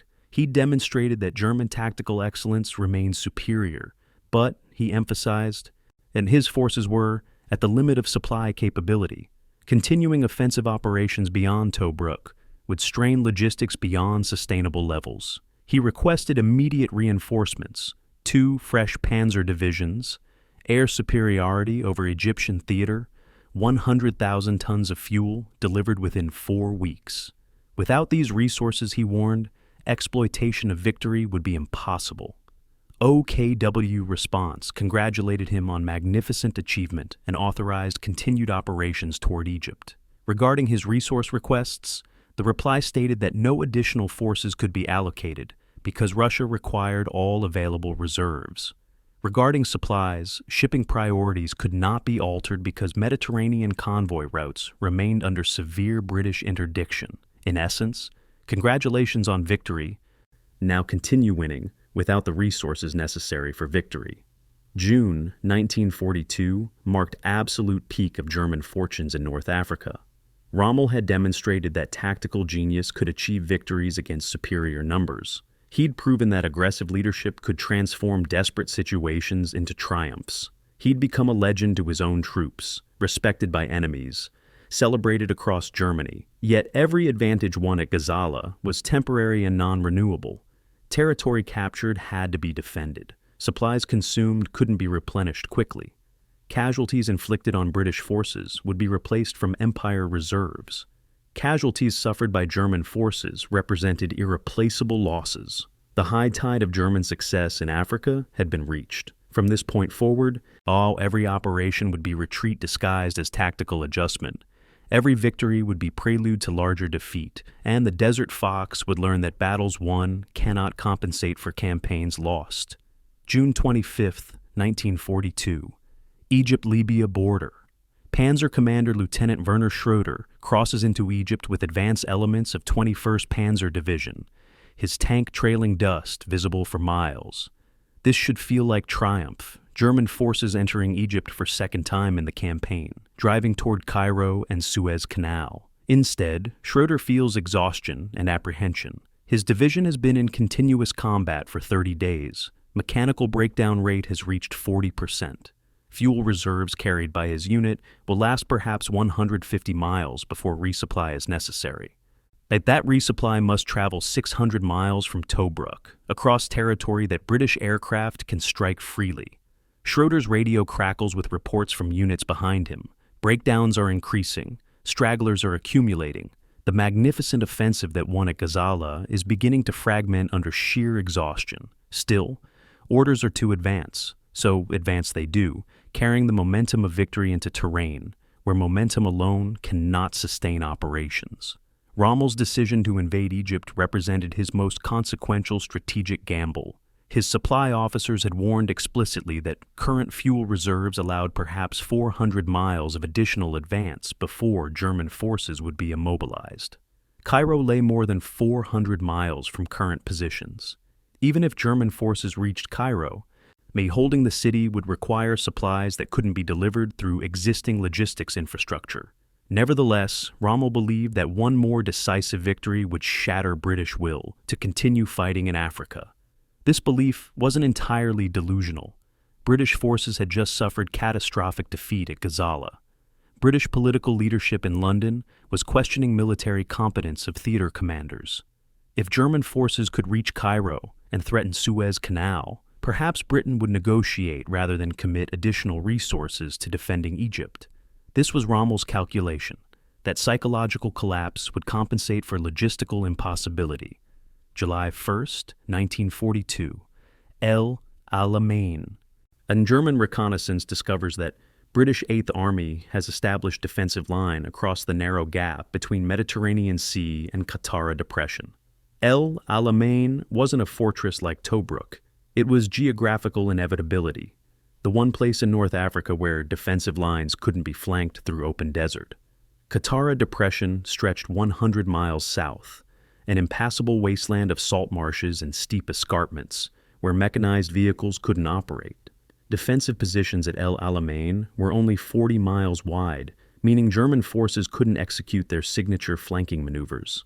Every attack would be frontal, into prepared defenses, against enemy who held interior lines and shorter supply routes. Rommel studied the terrain and understood immediately that this represented end of mobile warfare phase. In everything that had made him successful, speed, surprise, flanking movements became irrelevant against a defensive line that couldn't be bypassed. First Battle of El Alamein, July 1st through 4th, demonstrated how tactical brilliance becomes impotent against geographical reality. Rommel launched 6 separate assaults against British defensive positions, each following similar pattern. German infantry advanced under covering fire from tanks and artillery. British defenders waited behind prepared positions until German forces reached optimal range, then opened fire with massed artillery and anti-tank guns. German assaults achieved local penetrations but couldn't exploit them because reserves lacked fuel to reinforce success quickly. British forces counterattacked each penetration systematically, and using their shorter supply lines to concentrate forces faster than Germans could respond. By July 4th, German casualties exceeded 3,000 killed and wounded, catastrophic losses for forces already depleted by continuous combat since June 10th. Territorial gains were negligible. British defensive line remained intact. Rommel's report to Berlin. July 10th stated what his supply officers had been warning for weeks. Forces were exhausted. Supply situation was critical. British were receiving reinforcements daily, while German strength remained static or declined. Air superiority had shifted decisively to RAF.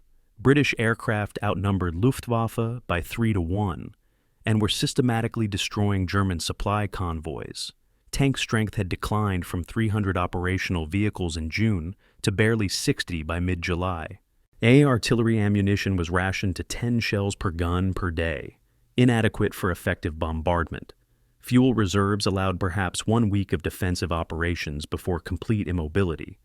The report concluded that continuing offensive operations was impossible without major supply commitment that port infrastructure cannot support.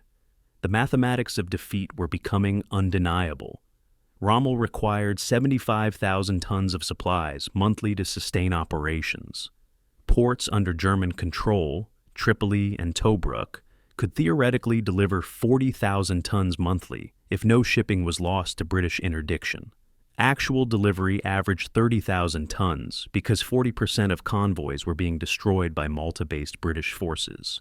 And this 30,000-ton monthly delivery was less than half what German forces needed to maintain combat effectiveness.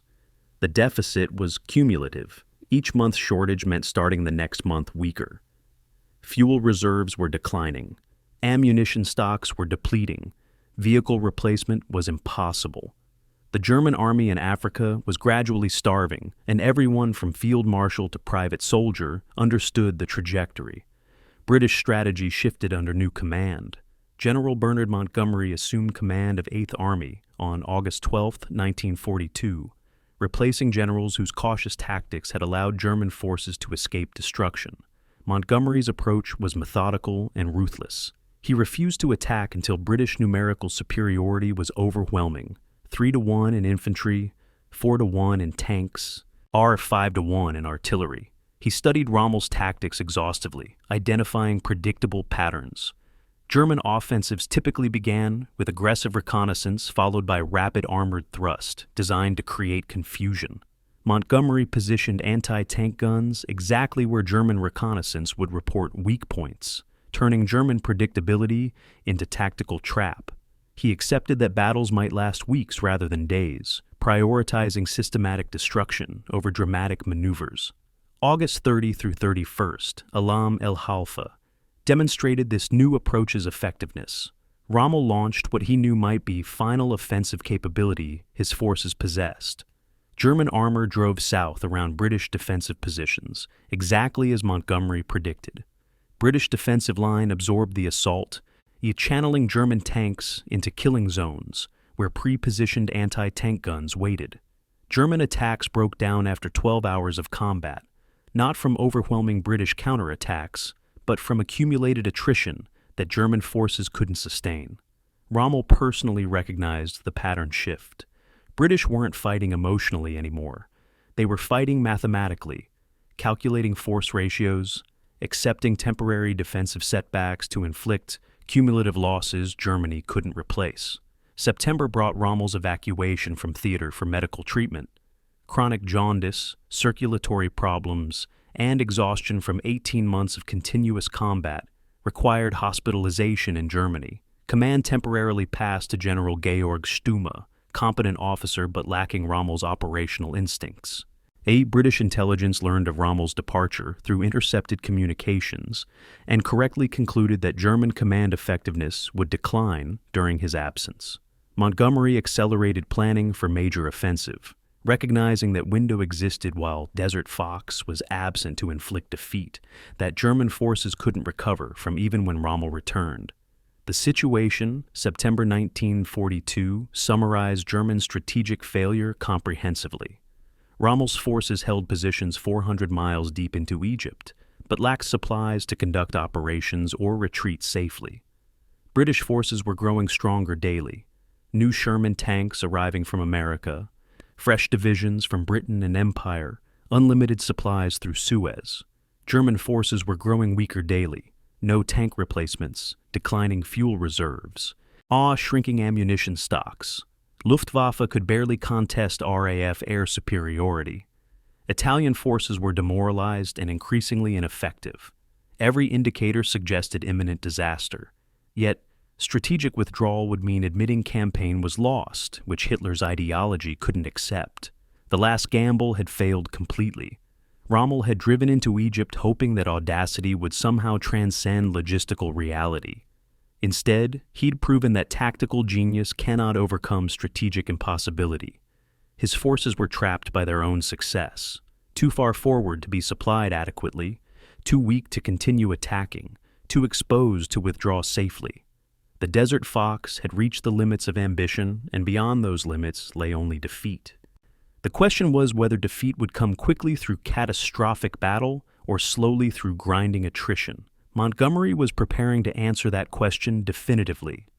August 13, 1942. Cairo. Lieutenant General Bernard Montgomery meets with senior staff officers of British 8th Army, studying maps, casualty reports, unit assessments. What he sees appalls him. British forces outnumber German forces significantly, possess better supply lines, receive constant reinforcements, yet have suffered repeated defeats because commanders don't understand their own advantages. Montgomery's strategic philosophy is simple to brutality. Superior numbers win wars if properly applied. British possess superior numbers. Therefore, the British will win if he can prevent commanders from squandering numerical advantage through clever tactics or aggressive maneuvers. He tells staff officers that 8th Army will not attack until prepared so thoroughly that failure is mathematically impossible. They will not react to German initiatives. They will fight methodically, accepting slower pace in exchange for certain victory. Some officers object that this approach lacks audacity. Montgomery's response is memorable. Rommel is audacious. Rommel has also outrun his supplies and now sits immobilized at El Alamein. I prefer mathematical certainty over theatrical heroism.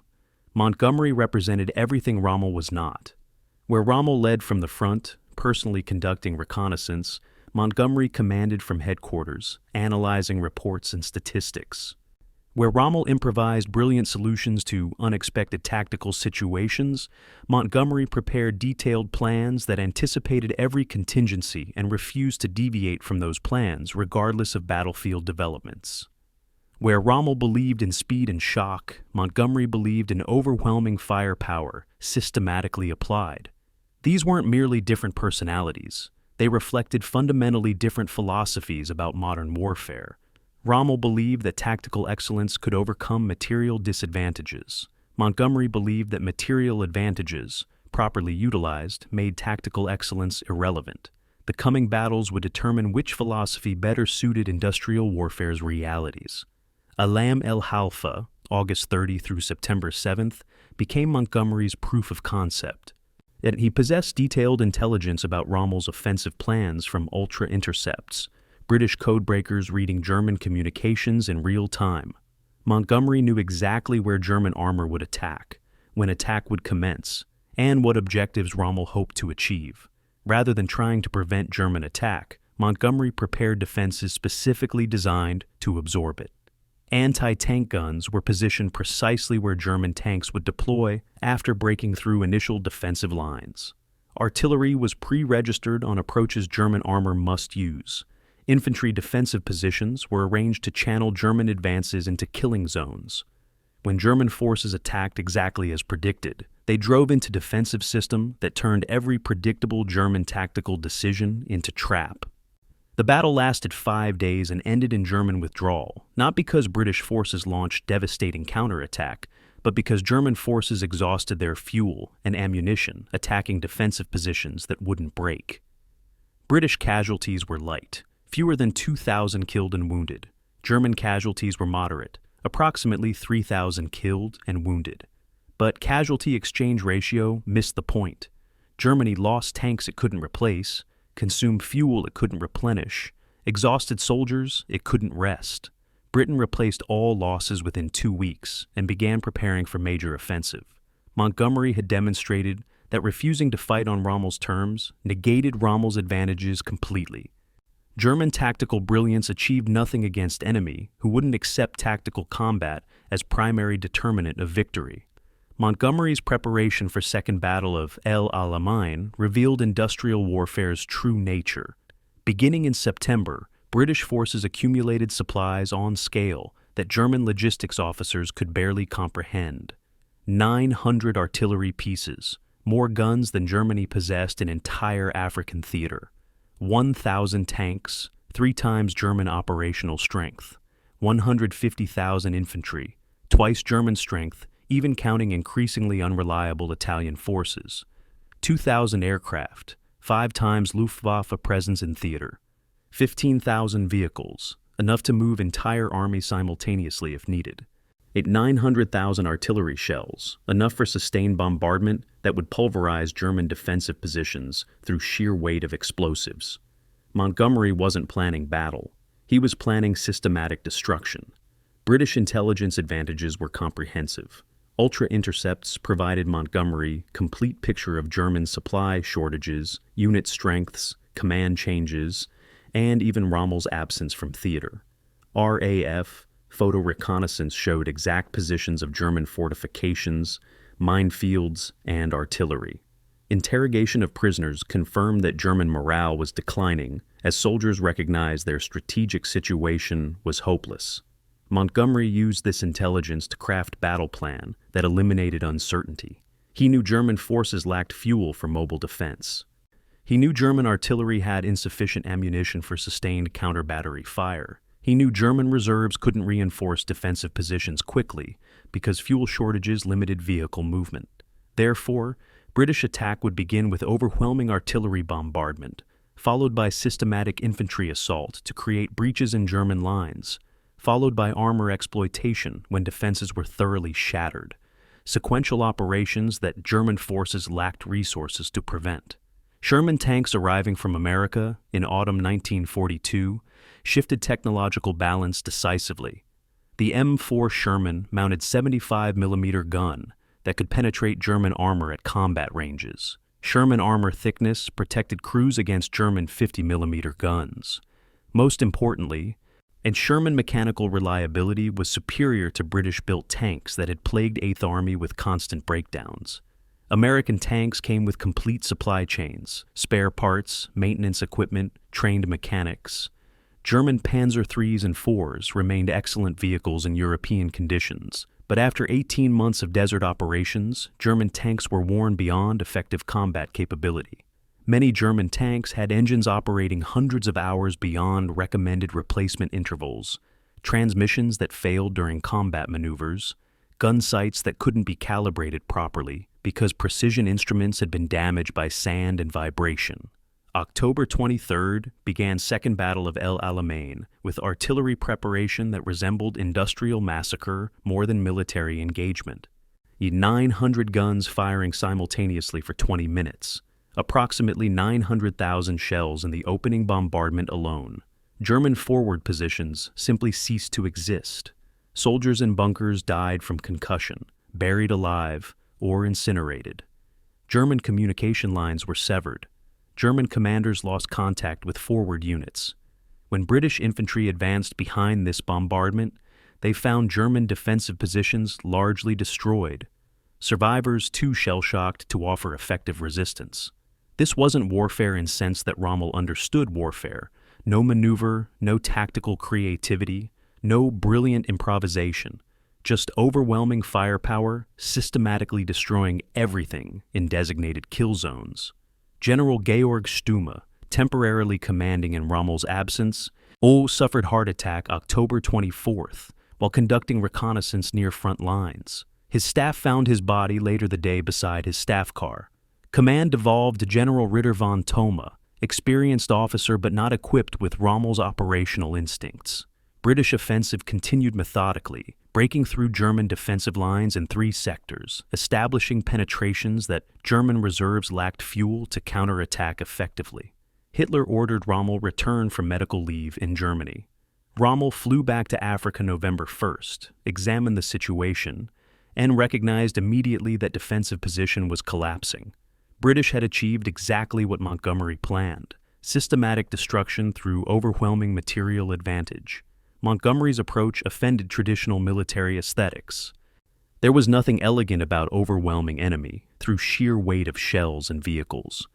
There was nothing inspiring about refusing mobile warfare in favor of methodical grinding attrition.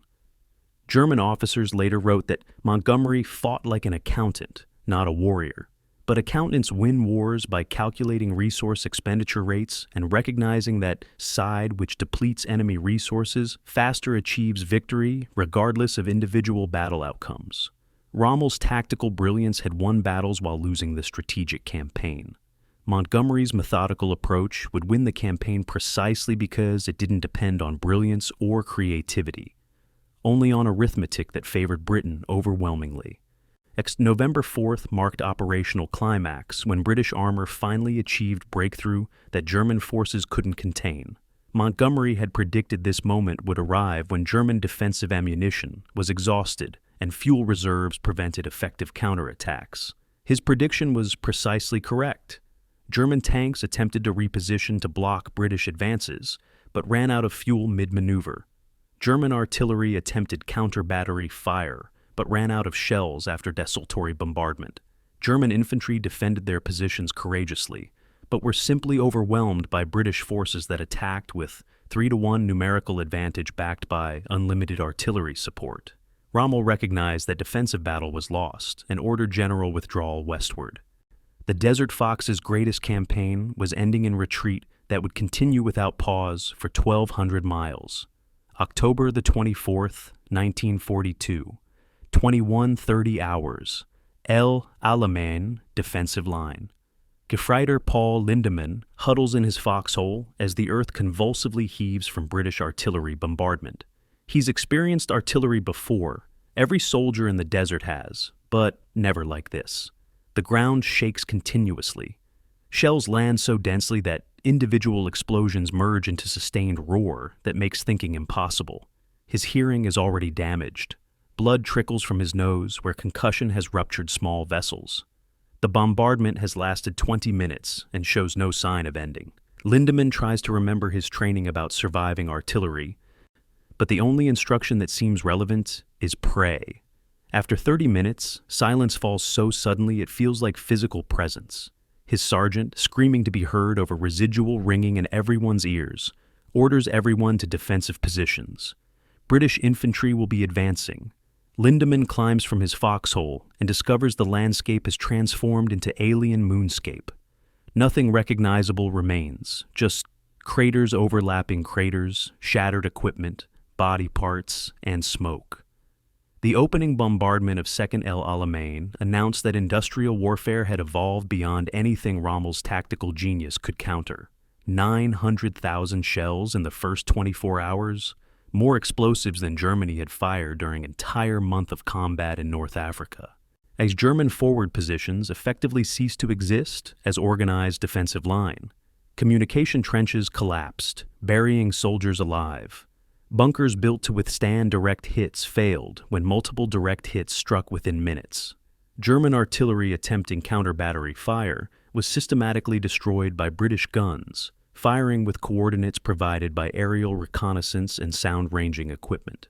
German commanders lost contact with forward units because radio equipment was destroyed and landlines were severed. By the second day of battle, German defensive coherence had degraded from organized resistance to isolated strongpoints fighting independently without coordination or mutual support. British infantry attacks followed patterns that Montgomery had drilled into his commanders.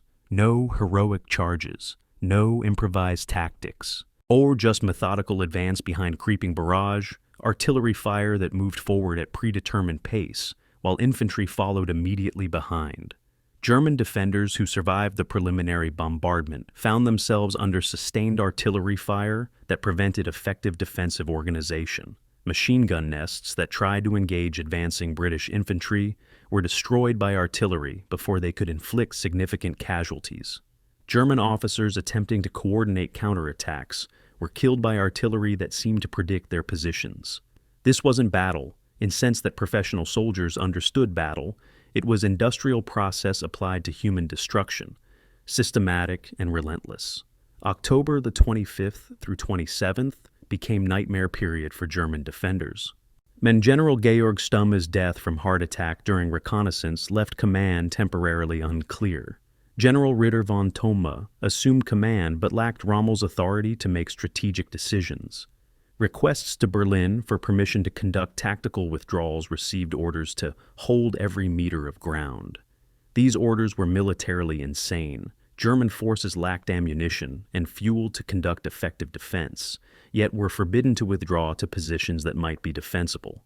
Junior officers faced impossible choice: obey orders that guaranteed unit destruction, or disobey orders and conduct unauthorized withdrawals that might save their soldiers, but would result in court-martial. Many chose to hold positions until they were completely overrun, sacrificing their units to avoid being accused of cowardice or defeatism. The British breakthrough achieved November 2nd shocked German defenders precisely because it followed Montgomery's plan so predictably. British armor exploited breaches created by 3 days of infantry assault. German reserves attempted to counterattack, but discovered they lacked fuel to move tanks more than a few miles.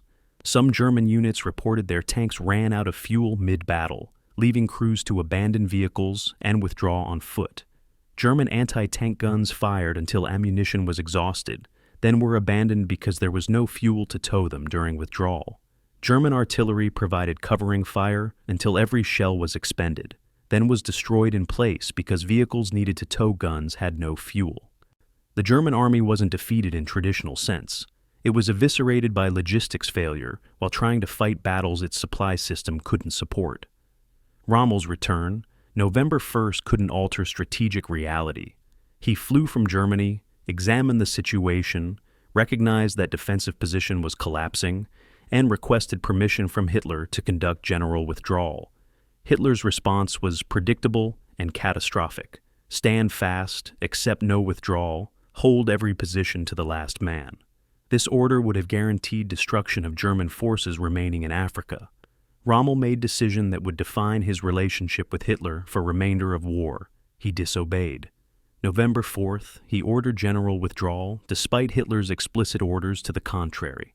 German forces began retreating westward toward Libya, all abandoning equipment, wounded soldiers, and Italian allies who lacked transport to follow German retreat. The casualty figures from El Alamein demonstrated the asymmetry in industrial warfare when one side possesses overwhelming material advantage. German and Italian forces suffered 13,000 killed or wounded and 30,000 captured in the first week of battle. British forces suffered 4,400 killed or wounded, 3-to-1 casualty ratio favoring the attacker.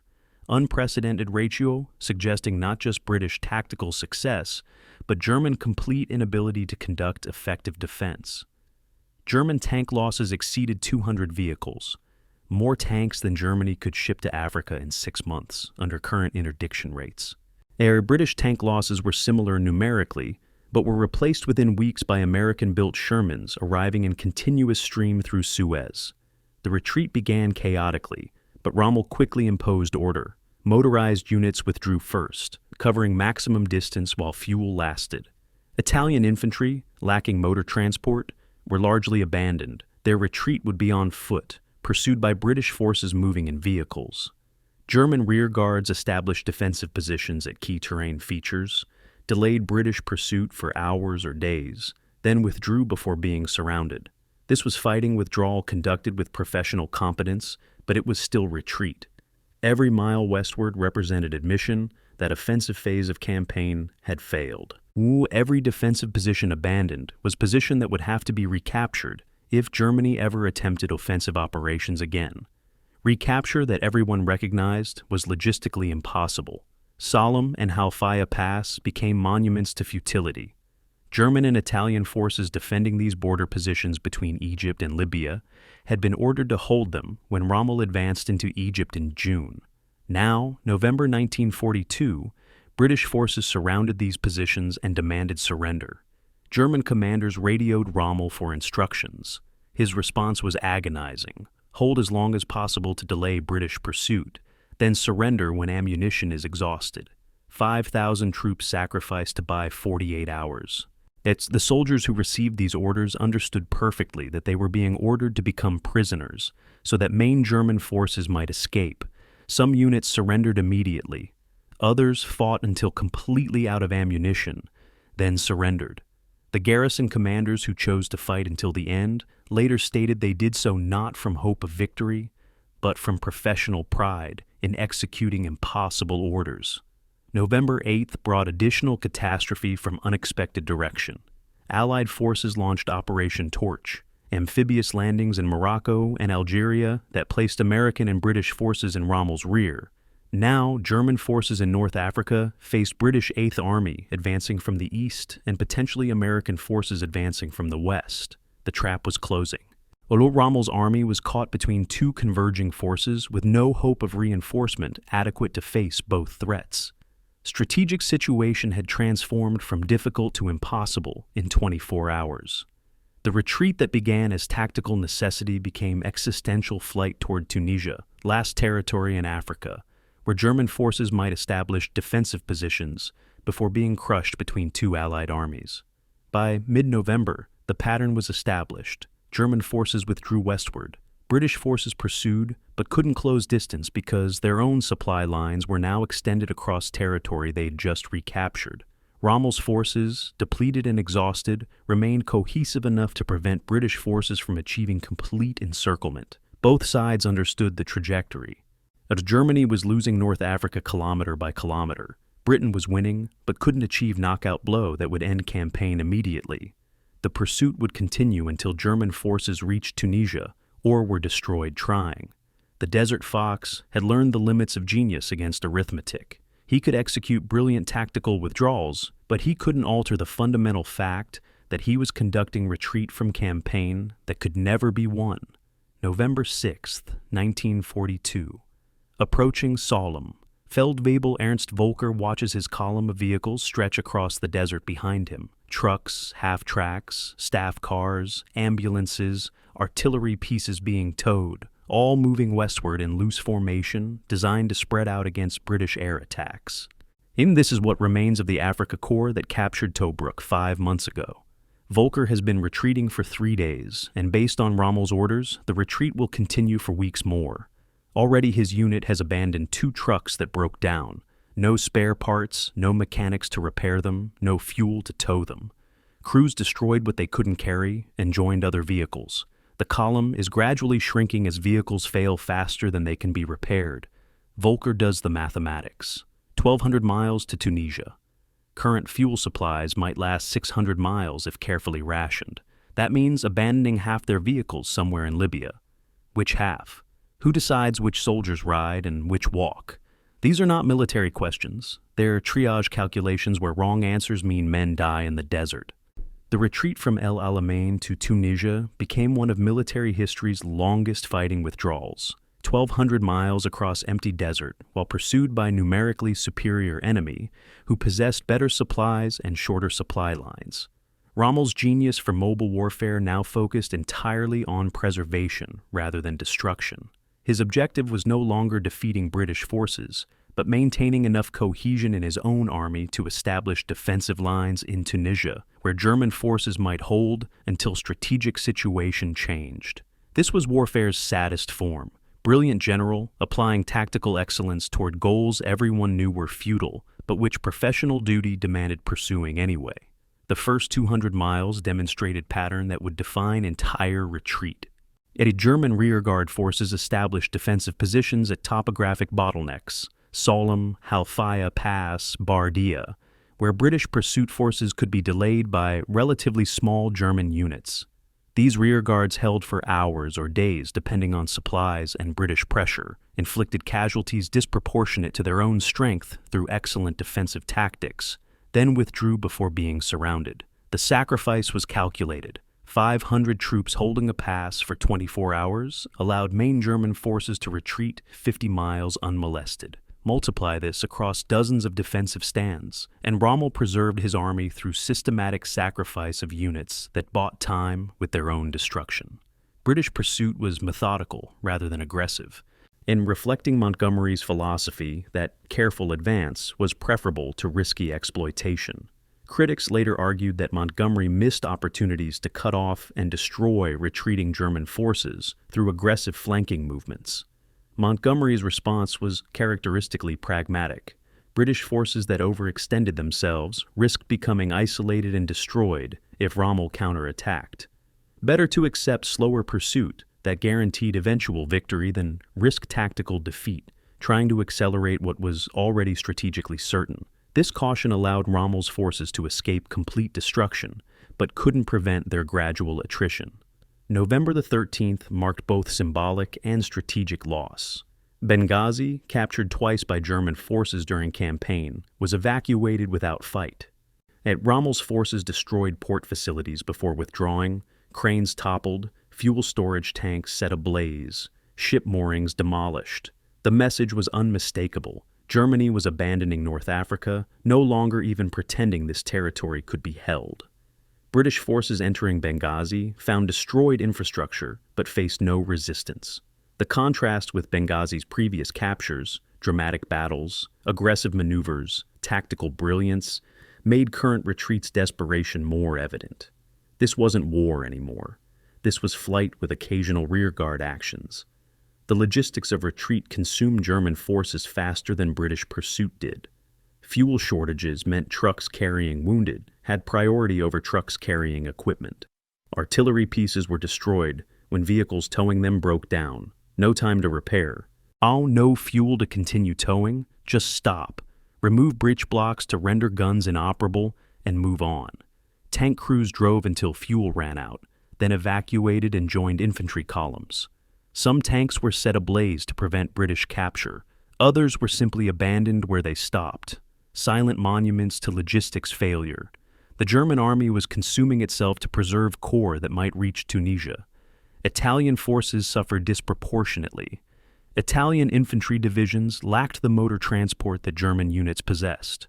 When retreat began, Italian commanders requested transport vehicles. German logistics officers refused.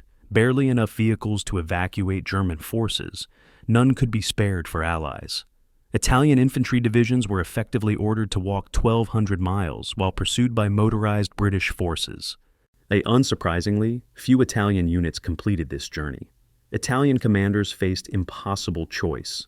Attempt hopeless retreat on foot that guaranteed unit destruction, or surrender while soldiers remained alive.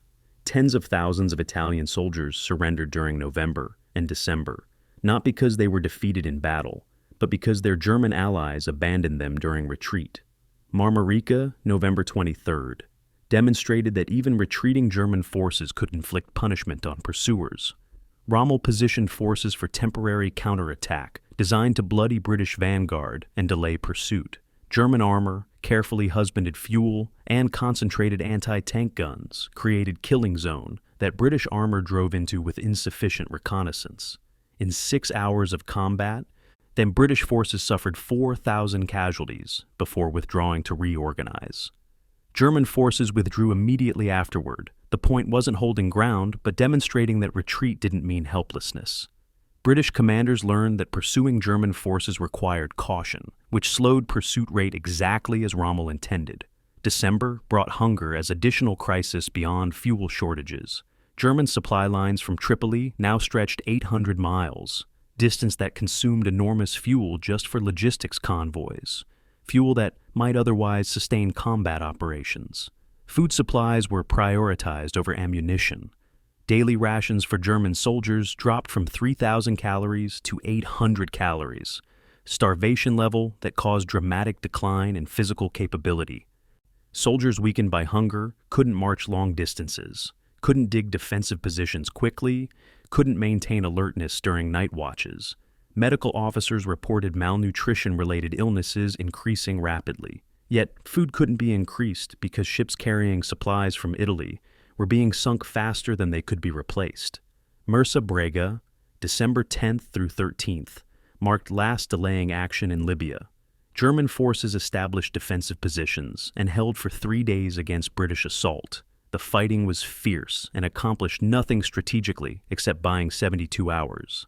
Then German forces withdrew across border into Tunisia, completing retreat from Egypt that had begun 6 weeks earlier.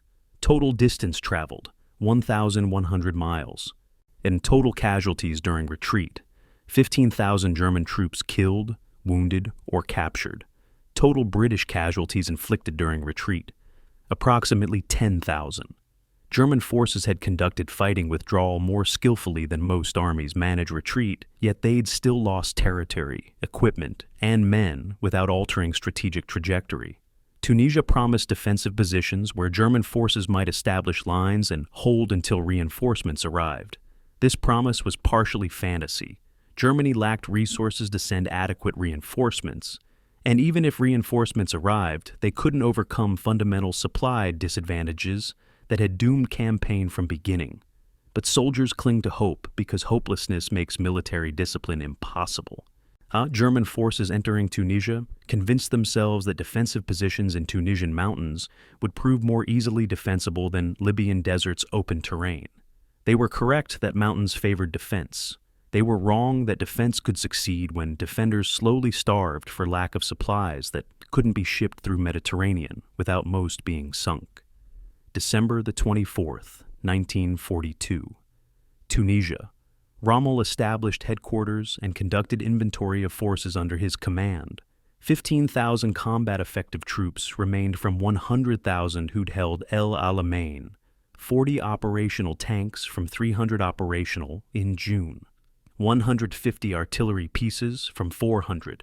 The Afrika Korps existed more as idea than fighting force. Nevertheless, Rommel began planning defensive operations because that was his duty as soldier, and because hope, however slim, was preferable to surrender. The Desert Fox's war wasn't over yet. It would require another 6 months of fighting, another catastrophic defeat, and another desperate evacuation before Germany's African adventure finally ended. But strategic outcome was no longer in question. Only timing remained uncertain. November 8th, 1942, 0300 hours. Casablanca, Morocco, private first class. John Delray, United States Army, crouches in landing craft approaching beach, trying to control terror and seasickness. This is his first combat operation. He's trained for 8 months, drilled endlessly, practiced amphibious landings until every movement became automatic. None of that training prepared him for reality of approaching hostile shore in darkness, while shells explode in water around his landing craft. Navy officer shouting, 30 seconds! The ramp drops. Delray stumbles forward into waist-deep water. and discovers that Hollywood's version of amphibious assault differs dramatically from reality. No music swells, no heroic speeches, just confusion, noise, and desperate scrambling toward beach while hoping the gunfire isn't aimed at his specific location. Within hours, he'll learn that French defenders offered minimal resistance. Within days, he'll understand that Operation Torch has fundamentally transformed North African campaign. The war isn't German versus British anymore. It's Germany versus combined economic might of British Empire and United States. Odds so overwhelming that tactical excellence becomes meaningless. Operation Torch was simultaneously brilliant strategic conception and moderately competent tactical execution. Allied planners recognized that direct assault on defended European coastline wasn't yet feasible. German defensive preparations on French coast were too strong, Allied amphibious experience too limited. But French North Africa, Morocco, Algeria, Tunisia represented vulnerable theater where Allied forces could land with reasonable chance of success and immediately threaten Axis positions in Libya. The operation committed over 100,000 American troops plus 50,000 British forces, supported by Royal Navy and U.S. and Navy vessels that ensured supplies and reinforcements could flow continuously.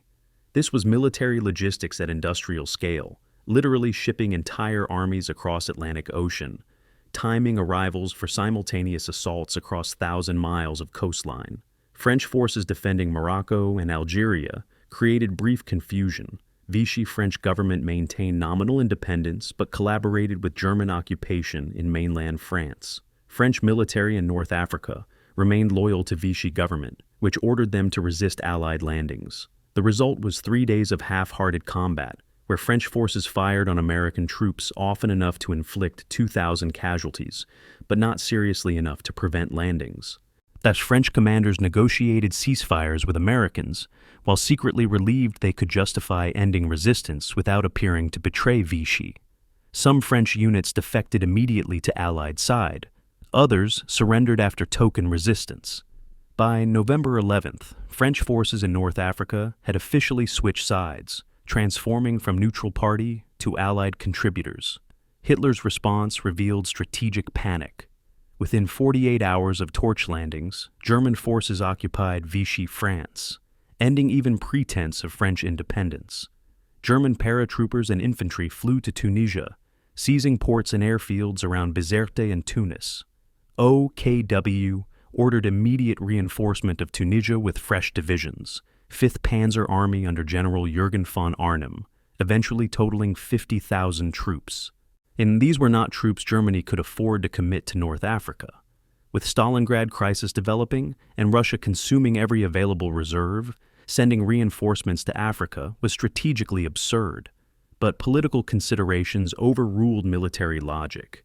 Allowing complete Axis collapse in Africa would demoralize Italian ally, expose Mediterranean to complete Allied control, and demonstrate that Germany couldn't defend its territorial gains.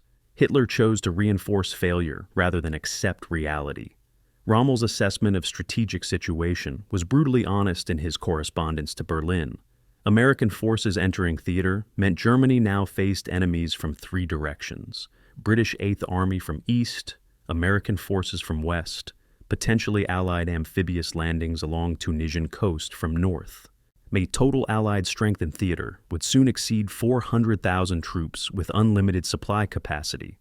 Total Axis strength, even with reinforcements, wouldn't exceed 100,000 German troops, plus whatever Italian forces remained combat effective, supplied through vulnerable Mediterranean shipping routes.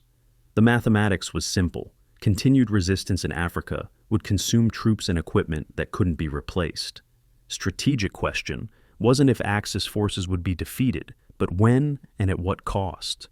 Command structure confusion compounded operational difficulties. Rommel commanded German forces retreating from Libya, renamed 1st Italian Army, but effectively German-controlled force. Von Arnim commanded 5th Panzer Army in Tunisia, fresh troops arriving from Europe. Theoretically, von Arnim was senior commander. Practically, Rommel possessed combat experience and Hitler's personal confidence. When the two generals disagreed about operations, no clear authority existed to resolve disputes. Italian High Command nominally supervised both German commands, but lacked authority to overrule German strategic decisions. The result was three separate headquarters attempting to coordinate operations without unified strategic vision. December 1942 brought additional American forces into theater. Total American commitment exceeded 150,000 troops by end of month. These were mostly inexperienced soldiers encountering combat for first time, led by officers who'd studied warfare in classrooms but never executed operations under fire. German forces initially achieved tactical successes against American units, to exploiting inexperience and poor coordination. But American forces learned rapidly, adapted tactics, and most importantly, possessed supply superiority that rendered tactical defeats temporary setbacks rather than strategic disasters. American units that lost equipment received replacements within weeks. American wounded received treatment in hospitals that lacked nothing. American soldiers ate regular meals, received clean uniforms, had access to medical care beyond German units' experience. Comparative military balance shifted monthly as Allied forces accumulated strength, while Axis forces depleted. November. Axis forces 30% strength, Allied forces 100% strength. December. Axis forces 40% strength, Allied forces 150% strength. January 1943. Axis forces 50% strength, Allied forces 200% strength. February. Axis forces 60% strength, Allied forces 250% strength. These percentages measured not just troop numbers, but aggregate combat power, soldiers, equipment, supplies, air support, naval support. Every month, ratio became more unfavorable. Every month, Axis forces consumed irreplaceable reserves. Every month, Allied forces grew stronger. German intelligence officers reading these reports understood implications clearly. One assessment stated, "Current campaign is militarily lost regardless of tactical outcomes." A question is not if we will be defeated, but how many casualties we inflict before inevitable surrender. This assessment was distributed to senior commanders but suppressed from general distribution because acknowledging defeat might damage morale. German soldiers continued fighting because that was their duty, because surrender meant becoming prisoners, because professional military culture demanded continued resistance. But strategic futility was becoming obvious to everyone involved. Malta's role increased rather than diminished, despite German reinforcement of Tunisia. British air and naval forces based on Malta now interdicted supply routes to Tunisia with same effectiveness they'd demonstrated against Libyan supply routes. 40% of ships attempting to reach Tunisia were sunk or damaged. Port facilities in Tunisia became targets for sustained Allied bombing campaigns that reduced handling capacity by 30%. The supply crisis that had destroyed Rommel's forces in Libya was now destroying reinforcements arriving in Tunisia. Germany was attempting to sustain campaign by shipping forces into theater where they would slowly starve for lack of adequate logistics, strategic equivalent of throwing reinforcements down well. By January 1943, the strategic situation was so transparently hopeless that maintaining defensive operations seemed like extended suicide. Allied forces outnumbered Axis forces 3-1 and were growing stronger daily. Axis supplies were declining monthly as interdiction increased. No realistic prospect existed for reinforcement adequate to alter strategic balance. Yet withdrawal wasn't authorized because Hitler's ideology couldn't accept that German forces were being systematically defeated. German soldiers were caught in nightmarish situation, where continued resistance guaranteed eventual destruction, but orders prohibited anything except continued resistance. Operation Torch had ensured that question wasn't whether Germany would be defeated in Africa, but only when that defeat would be finalized through surrender or annihilation. February 14, 1943, Kasserine Pass, Tunisia. Staff Sergeant Thomas Morrison, United States Army, watches German tanks approach through binoculars with growing alarm. His battalion of 2nd Corps was supposed to hold defensive positions around the pass, but intelligence had estimated German forces in the area were weak and disorganized. The tanks Morrison sees through his binoculars are neither weak nor disorganized. They advance in coordinated formation, supported by infantry, covered by artillery fire that's already bracketing American positions. Morrison's company commander is on radio requesting clarification of German strength. Response from battalion headquarters suggests confusion.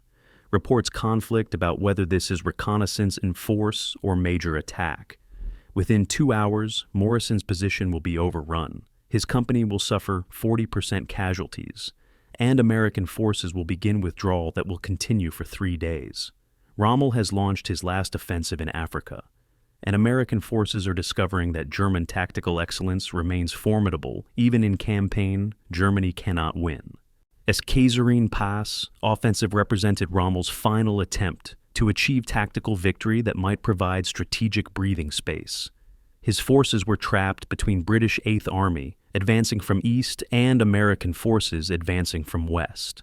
Total annihilation was inevitable unless he could strike one Allied force hard enough to delay their advance and buy time to consolidate defensive positions.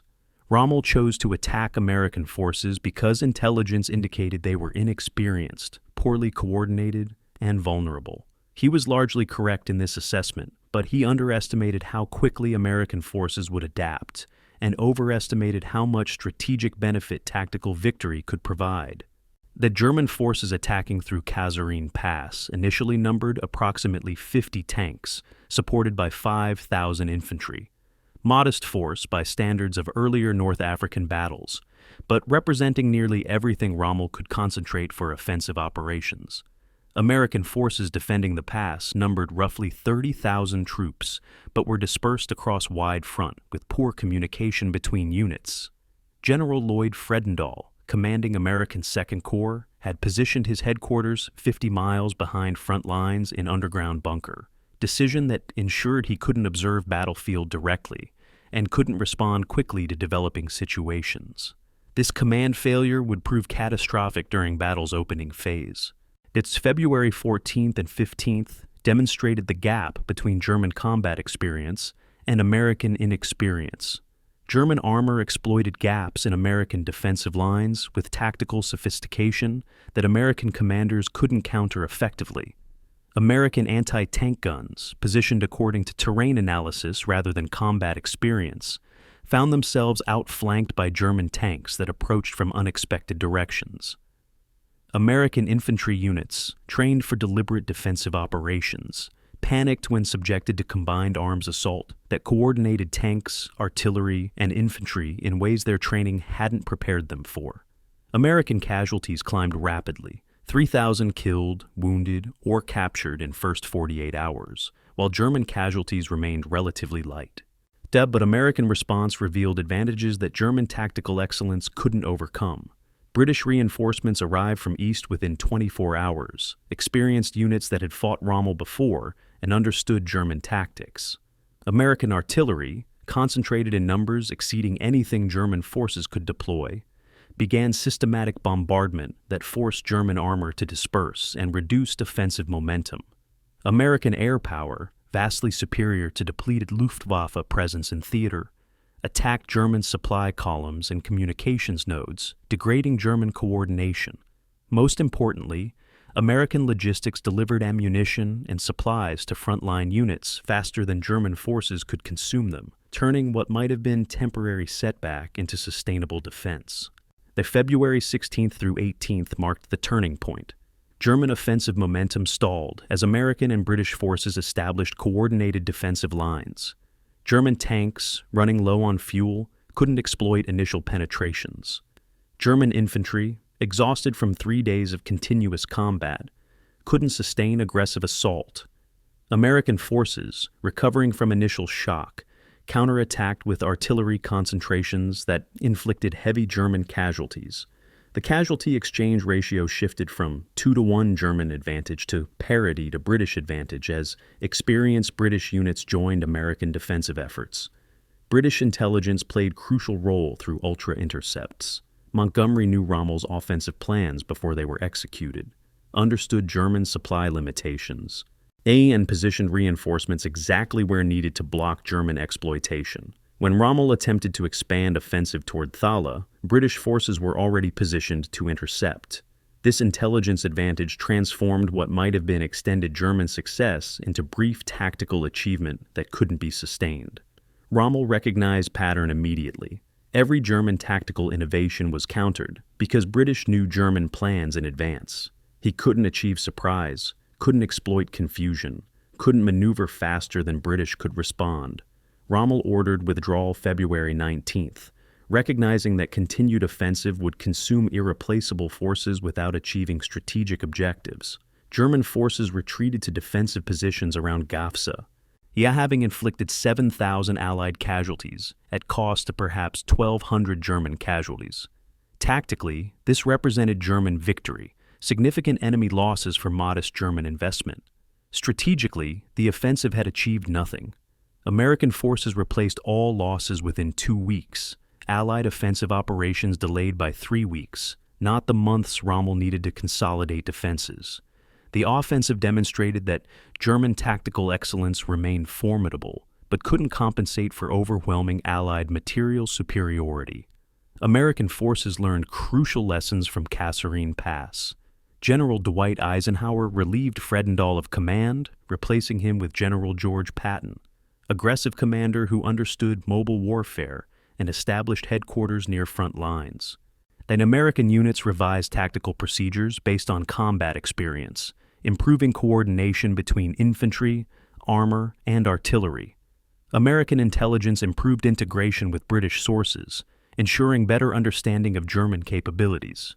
Most importantly, American soldiers lost their fear of German military reputation. Yes, German forces were skilled and experienced, but German forces could be defeated through proper coordination and leveraging of American material advantages. Hitler's response to Kasserine victory revealed delusional optimism.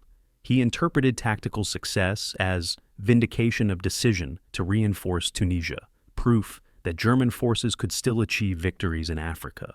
He authorized continued defense of Tunisia without regard to supply constraints or strategic impossibility. Rommel's reports warning that Tunisia campaign was unsustainable were ignored or dismissed. Hitler wanted continued resistance, so continued resistance would be ordered regardless of military realities. March in 1943 brought Rommel's final act in Africa, his evacuation to Europe. Hitler recalled him ostensibly for health reasons, but actually because Hitler needed Rommel's tactical expertise for European defense. Rommel's departure was tactically significant. He was irreplaceable combat leader whose loss reduced German defensive capabilities, but strategically irrelevant because no individual commander could alter fundamental realities of campaign. German forces in Tunisia would continue fighting for 2 more months, would inflict significant Allied casualties, would demonstrate professional competence in hopeless situation. But outcome was predetermined. Kasserine Pass was last offensive German forces in Africa would launch. Everything afterward would be defensive operations delaying inevitable defeat, buying weeks at cost of thousands of soldiers who might have been evacuated, but instead became prisoners because Hitler couldn't accept that genius cannot overcome arithmetic.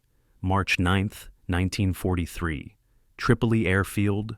Field Marshal Erwin Rommel boards Ju-52 transport aircraft for flight to Rome, then Berlin. His staff officers salute stiffly, maintaining military propriety that barely conceals grief and abandonment. These are men who fought beside Rommel for 2 years, survived Ghazala's triumph and El Alamoin's catastrophe, retreated 1,200 miles while preserving armies' cohesion. Now their commander is departing, while they remain to face defeat that everyone recognizes is inevitable. Rommel's last words to assembled officers are brief. "You have fought honorably. Continue to do your duty as soldiers." He boards aircraft and doesn't look back.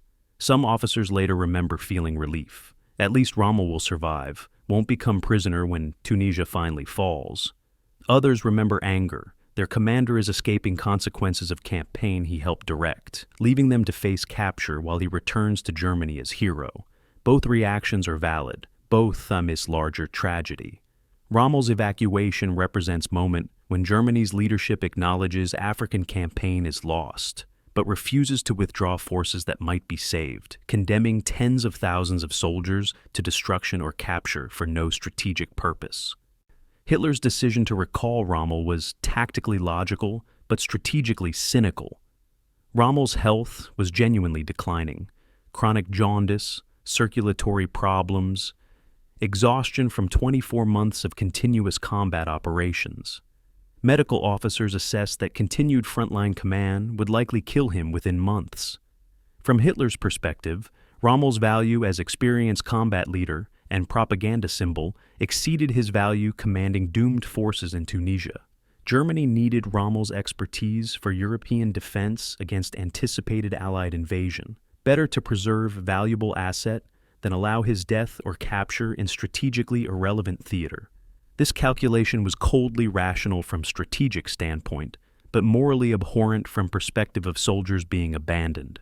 Rommel's own feelings about evacuation were complex and contradictory, revealed through correspondence with his wife and private conversations with close associates.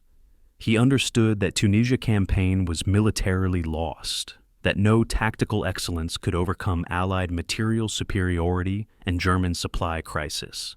He felt relieved to escape situation where every decision meant sending men to deaths that achieved nothing strategically. Yet he also felt guilt at abandoning soldiers who trusted his leadership. His letters describe profound sorrow at leaving army behind and anger at Hitler's refusal to authorize withdrawal while evacuation was still possible. He recognized that his departure would demoralize troops who'd fought loyally. Who'd believed that somehow Rommel's tactical genius would find solution to impossible strategic situation. German soldier response to Rommel's departure varied, but mostly skewed toward despair. Junior officers understood immediately that command decision to evacuate Field Marshal while retaining regular soldiers meant high command had written off entire army as strategic loss. Morale collapsed visibly within weeks of Rommel's departure. Desertion rates increased dramatically. Soldiers who'd maintained discipline through months of retreat suddenly questioned why they should continue fighting when their own leadership had abandoned them. Italian forces, already demoralized, essentially ceased functioning as cohesive military units. Italian commanders approached German counterparts requesting authorization to surrender, and arguing that continued resistance was pointless and merely increased casualties for no purpose. Command transition from Rommel to General Hans-Jürgen von Arnim represented shift from charismatic leadership to bureaucratic competence. Von Arnim was skilled defensive tactician, but lacked Rommel's tactical creativity and personal magnetism.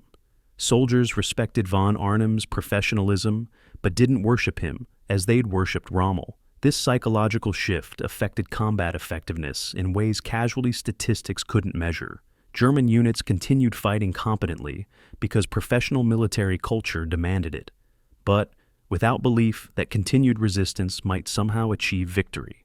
They fought to delay inevitable defeat, to maintain unit honor, and to avoid surrendering while ammunition remained, motivations that sustained combat effectiveness temporarily, but couldn't compensate for strategic hopelessness. March through April witnessed steady deterioration of German defensive positions. Allied forces closed Vise from three directions: British 8th Army from southeast, British 1st Army from west, American 2nd Corps from southwest. German defensive perimeter contracted weekly, then daily, as Allied pressure increased and German supplies diminished. Fuel shortages meant German armor couldn't conduct mobile defense, couldn't counterattack Allied penetrations, gradually became static pillboxes rather than mobile striking force. Ammunition shortages forced rationing that reduced artillery effectiveness to fraction of previous capability. Honest food shortages left soldiers weakened and increasingly prone to disease. Evacuation options were discussed and dismissed repeatedly during this period. German naval forces attempted several evacuation operations, successfully withdrawing perhaps 10,000 troops from Tunisia during March and early April. But Allied air superiority and naval control of Mediterranean meant large-scale evacuation was impossible. Any attempt to evacuate significant forces would result in convoy destruction and mass casualties from drowning rather than capture. Hitler's orders explicitly forbade surrender or evacuation, demanding that forces fight to last bullet. These orders condemned roughly 250,000 Axis troops, German and Italian, to eventual capture when defensive positions finally collapsed. Rommel's role during this period was politically complex. He returned to Germany as hero, received Hitler's congratulations, was assigned to defensive planning for expected Allied invasion of France. Publicly, he remained silent about African campaigns' failures. Privately, he began expressing doubts about Hitler's strategic competence and growing suspicion that Germany's military leadership was fundamentally flawed. His letters to wife during April to May 1943 reveal man questioning whether his loyal service to Nazi regime was morally defensible. He didn't yet believe Hitler should be overthrown. That radicalization would come later, but he'd begun recognizing that German strategy was incoherent and that political leadership was sacrificing soldiers for propaganda purposes rather than military objectives. The Italian situation was particularly tragic. Italian forces in Tunisia numbered approximately 150,000 troops, larger than German contingent, but possessed inferior equipment, inadequate supplies, and no realistic evacuation prospects. Italian commanders understood their soldiers were being sacrificed to maintain German defensive perimeter. Some Italian units surrendered to Allied forces en masse, accepting captivity as preferable to dying for strategy that Italy had effectively abandoned. Other Italian units fought loyally alongside German allies, demonstrating courage that their inadequate equipment prevented from translating into military effectiveness. When Tunisia finally fell in May, Italian casualties, killed and captured, would exceed German casualties by 50%, even despite Italy's nominal status as Axis partner rather than subordinate. Historical assessment of Rommel's evacuation remains controversial. Some historians argue he should have refused evacuation, remained with his troops, shared their fate as matter of honor. Others contend that preserving experienced commander for future operations was militarily sound decision, even if morally problematic. Both perspectives miss larger failure, that Germany's strategic leadership committed forces to campaign they couldn't adequately support, refused withdrawal when withdrawal was possible, then evacuated valuable commanders while abandoning regular soldiers. Rommel was simultaneously victim of this system, ordered to achieve impossible objectives with inadequate resources, and beneficiary who escaped consequences that his soldiers endured. Yes, his legacy in North Africa is thus permanently ambiguous. Brilliant tactician who demonstrated operational excellence within strategic disaster that he couldn't prevent but participated in nevertheless. April 5, 1943, Tunisia's defensive perimeter. Lieutenant Klaus Weber studies his map with growing desperation. Red marks indicate Allied positions. They form nearly complete circle around German defensive zone. Blue marks indicate German positions. They occupy approximately 50-mile radius around Bizerte and Tunis. Weber calculates that German defensive perimeter has contracted by 70% in past 6 weeks. At current rate, complete collapse will occur within 30 days. His artillery battery possesses ammunition for perhaps 3 more days of normal firing rate. Fuel reserves allow repositioning vehicles once, maybe twice if carefully managed. Food supplies are adequate for 2 weeks on reduced rations. Medical supplies are nearly exhausted. Weber's battery has already buried 12 men killed in last week's fighting, sent 23 wounded to field hospitals that can't adequately treat them. This isn't warfare anymore. It's slow disintegration while awaiting orders that everyone knows will eventually command surrender. Wehrmacht officer Corps trained Weber to win battles, not manage honorable defeat. Yet honorable defeat is now his only achievable objective. April 1943 brought Allied offensive that accelerated German collapse. Operation Vulcan committed overwhelming force, 300,000 Allied troops, 1,000 tanks, and 2,000 aircraft against German defensive perimeter that now measured only 50 miles in circumference. German forces defending this perimeter numbered approximately 100,000 troops, 60,000 German, 40,000 Italian, with perhaps 200 operational tanks and 100 aircraft. The force ratio of 3-to-1 favored Allies, but even this understated Allied advantages. Allied forces possessed unlimited supplies. German forces possessed fuel for perhaps 1 week of sustained combat, ammunition for 2 weeks, food for 3 weeks, assuming no resupply. Allied air forces flew 2,000 sorties daily. German air forces flew perhaps 50 sorties daily, mostly reconnaissance. Allied artillery fired 100,000 shells daily. German artillery fired perhaps 5,000 shells daily. Hull rationed carefully to conserve depleting stocks. British forces attacked from east, American forces from west. Coordinated pressure designed to compress defensive perimeter systematically rather than achieve dramatic breakthrough. Montgomery's methodical approach remained dominant. Accept slower pace, minimize Allied casualties, apply overwhelming pressure that German forces couldn't sustain. American forces, now experienced from 6 months of combat, executed operations with competence that contrasted dramatically with their performance at Kasserine Pass 2 months earlier. The combination was devastating. German defensive lines bent, cracked, and finally shattered under sustained pressure they lacked resources to counter. April 20th through 23rd witnessed fighting around Bizerte that exemplified campaign's final phase.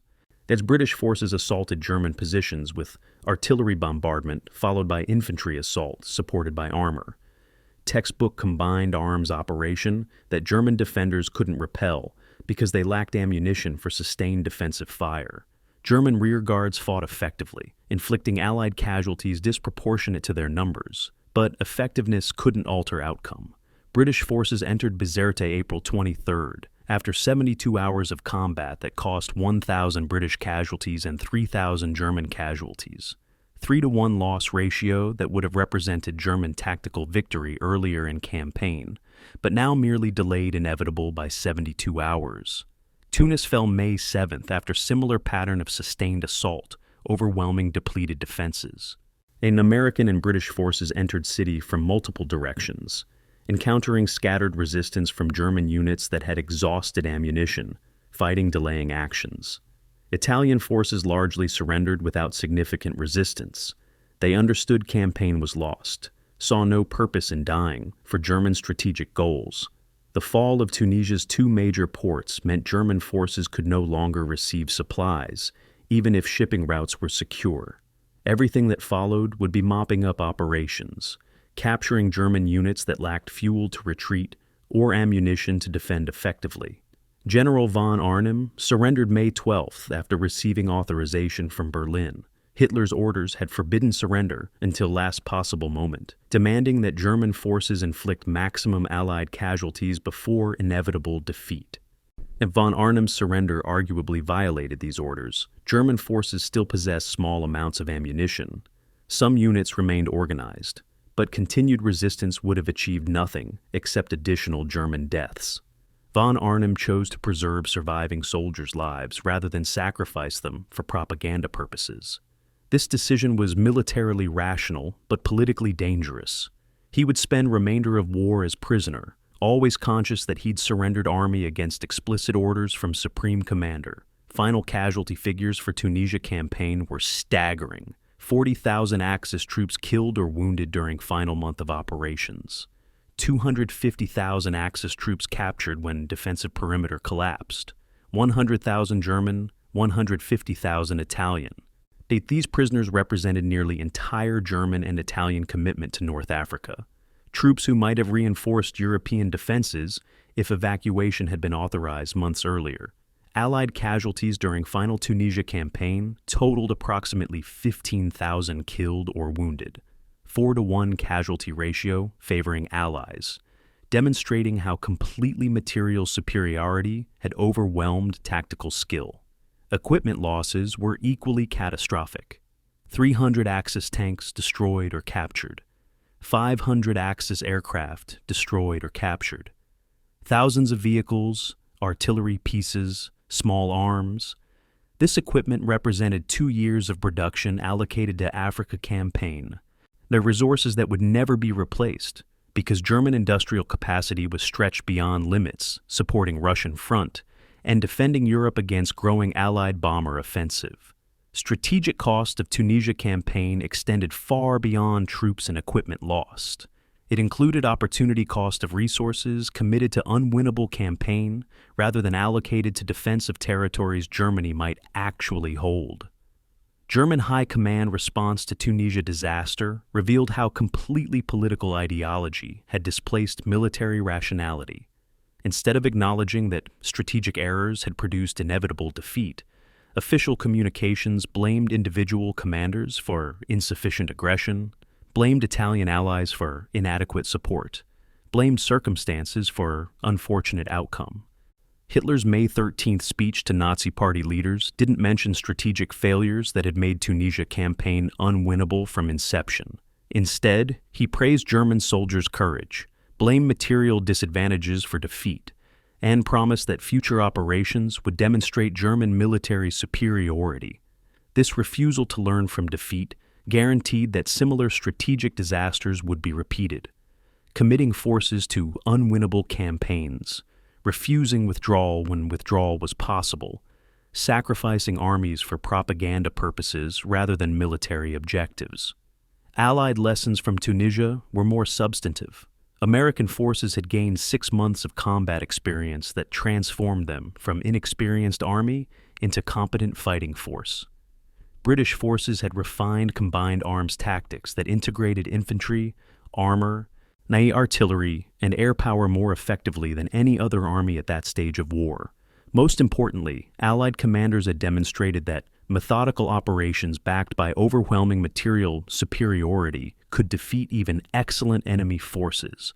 These lessons would shape Allied strategy for remainder of war: accept slower operational tempo, leverage industrial capacity, apply systematic pressure that enemies couldn't sustain. Tunisia campaign became template for how Allies would fight in Italy, France, and Germany itself. May 13, 1943 marked official end of North African campaign. 2 years, 9 months of combat, approximately 300,000 Axis casualties, approximately 200,000 Allied casualties, 1 million square miles of territory changing hands multiple times, thousands of tanks, aircraft, vehicles destroyed. All of this accomplished what? From Allied perspective, North Africa campaign eliminated Axis presence in Africa, secured Mediterranean shipping routes, provided base for subsequent operations against Italy.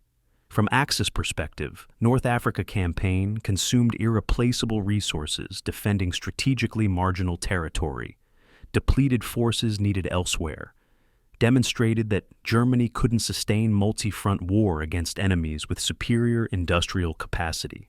The Desert Foxes campaign, celebrated for tactical brilliance, had ended in strategic catastrophe that revealed limits of genius when confronting arithmetic of industrial warfare. April 1946, Nuremberg, Germany. British historian Basil Liddell Hart interviews German officers who served under Rommel in North Africa. Their testimonies are remarkably consistent. Rommel was a brilliant tactician. Rommel cared about his soldiers.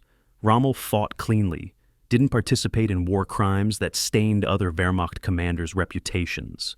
These officers are constructing myth, clean Wehrmacht narrative that will dominate popular understanding of German military for decades.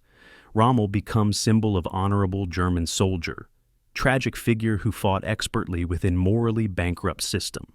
This myth is simultaneously partially true and fundamentally misleading. Yes, Rommel was a brilliant tactician. Yes, his record in Africa was cleaner than most German commanders elsewhere. But cleaner than atrocity is remarkably low standard. And Rommel's service to Nazi regime cannot be separated from regime's crimes simply because he personally didn't commit worst offenses.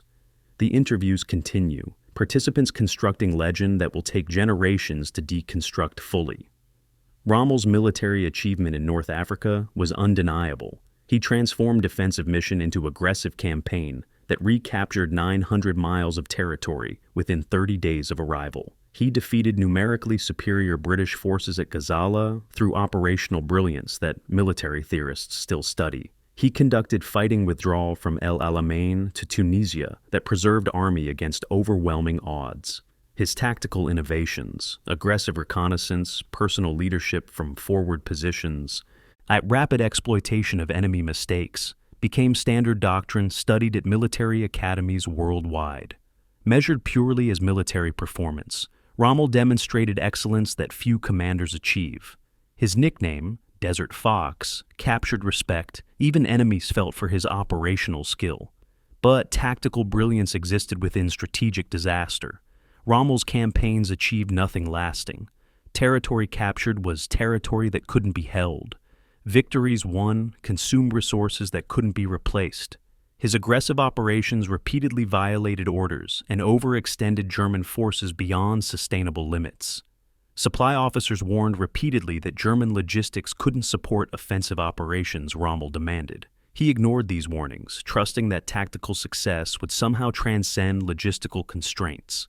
Hence, this gambler's faith in operational excellence worked temporarily, but guaranteed eventual catastrophic failure. Brilliant general who refuses to acknowledge supply reality isn't merely flawed commander, he's dangerous commander whose victories accelerate ultimate defeat.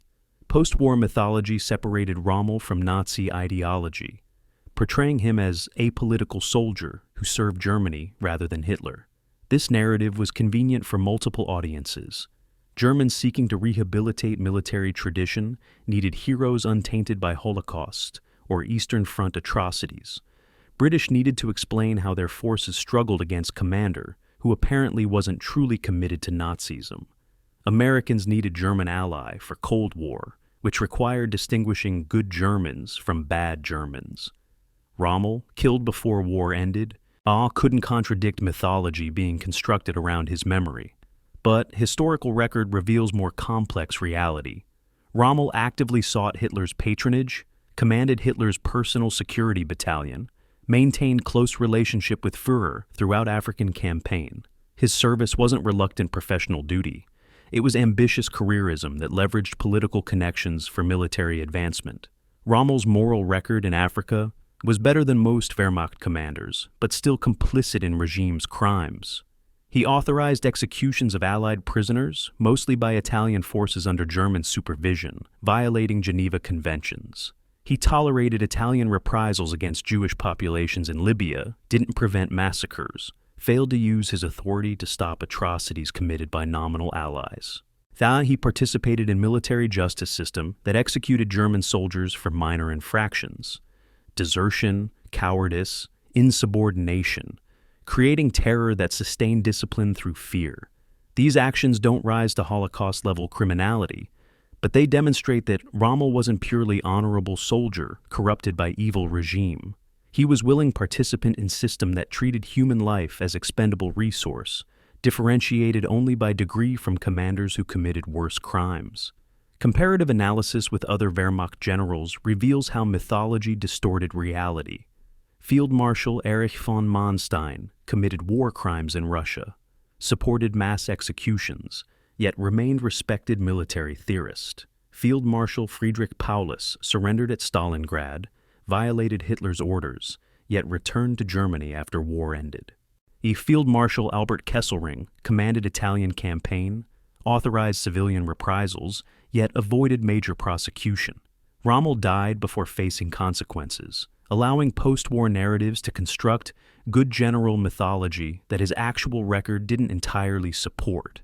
He was better than worst Wehrmacht commanders, but not purely noble warrior fighting for country rather than ideology. July 20th, 1944. Conspiracy against Hitler revealed Rommel's political evolution and ultimate ambiguity. He was peripherally involved in plot to assassinate Hitler, though historians debate extent of his participation. Was he committed conspirator willing to risk everything to remove dictator? Or was he peripherally aware, maintaining plausible deniability while colleagues took real risks? Evidence suggests middle ground. Rommel recognized by 1944 that Hitler was leading Germany to catastrophic defeat, sympathized with conspirators' goals, but remained unwilling to explicitly commit to assassination plot.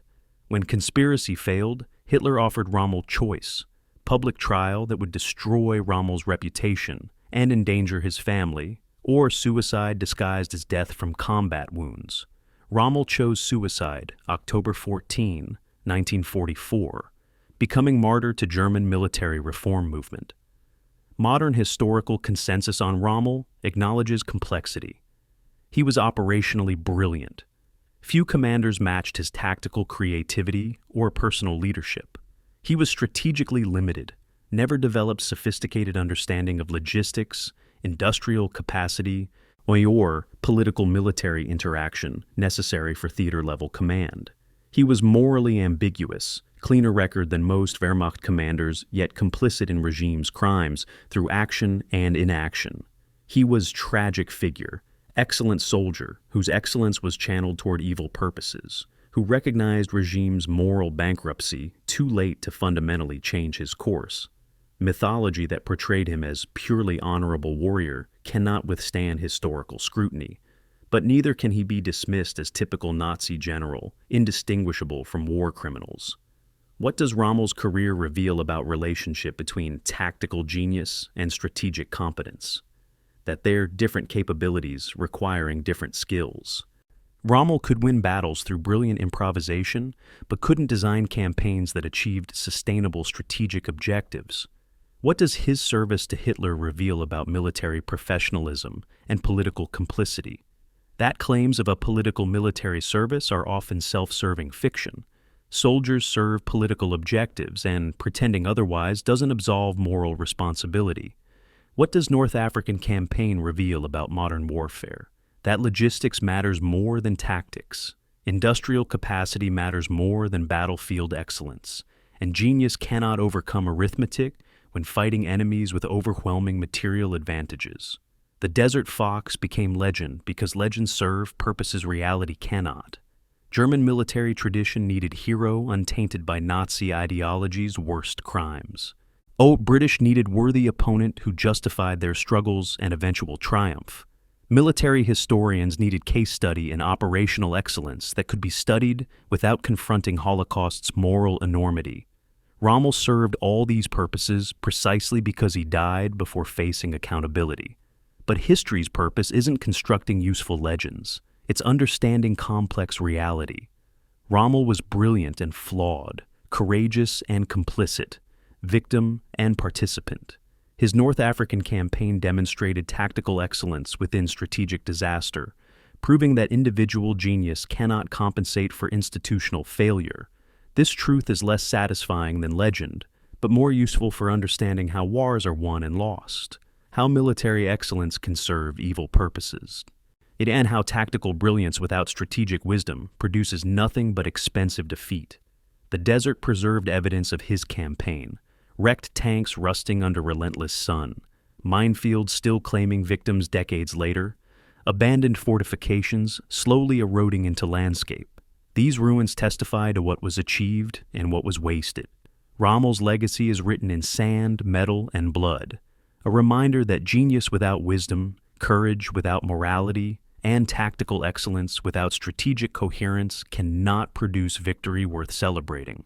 The Desert Fox won battles, but he lost the campaign, and in losing, he demonstrated lessons that military history continues teaching generations later.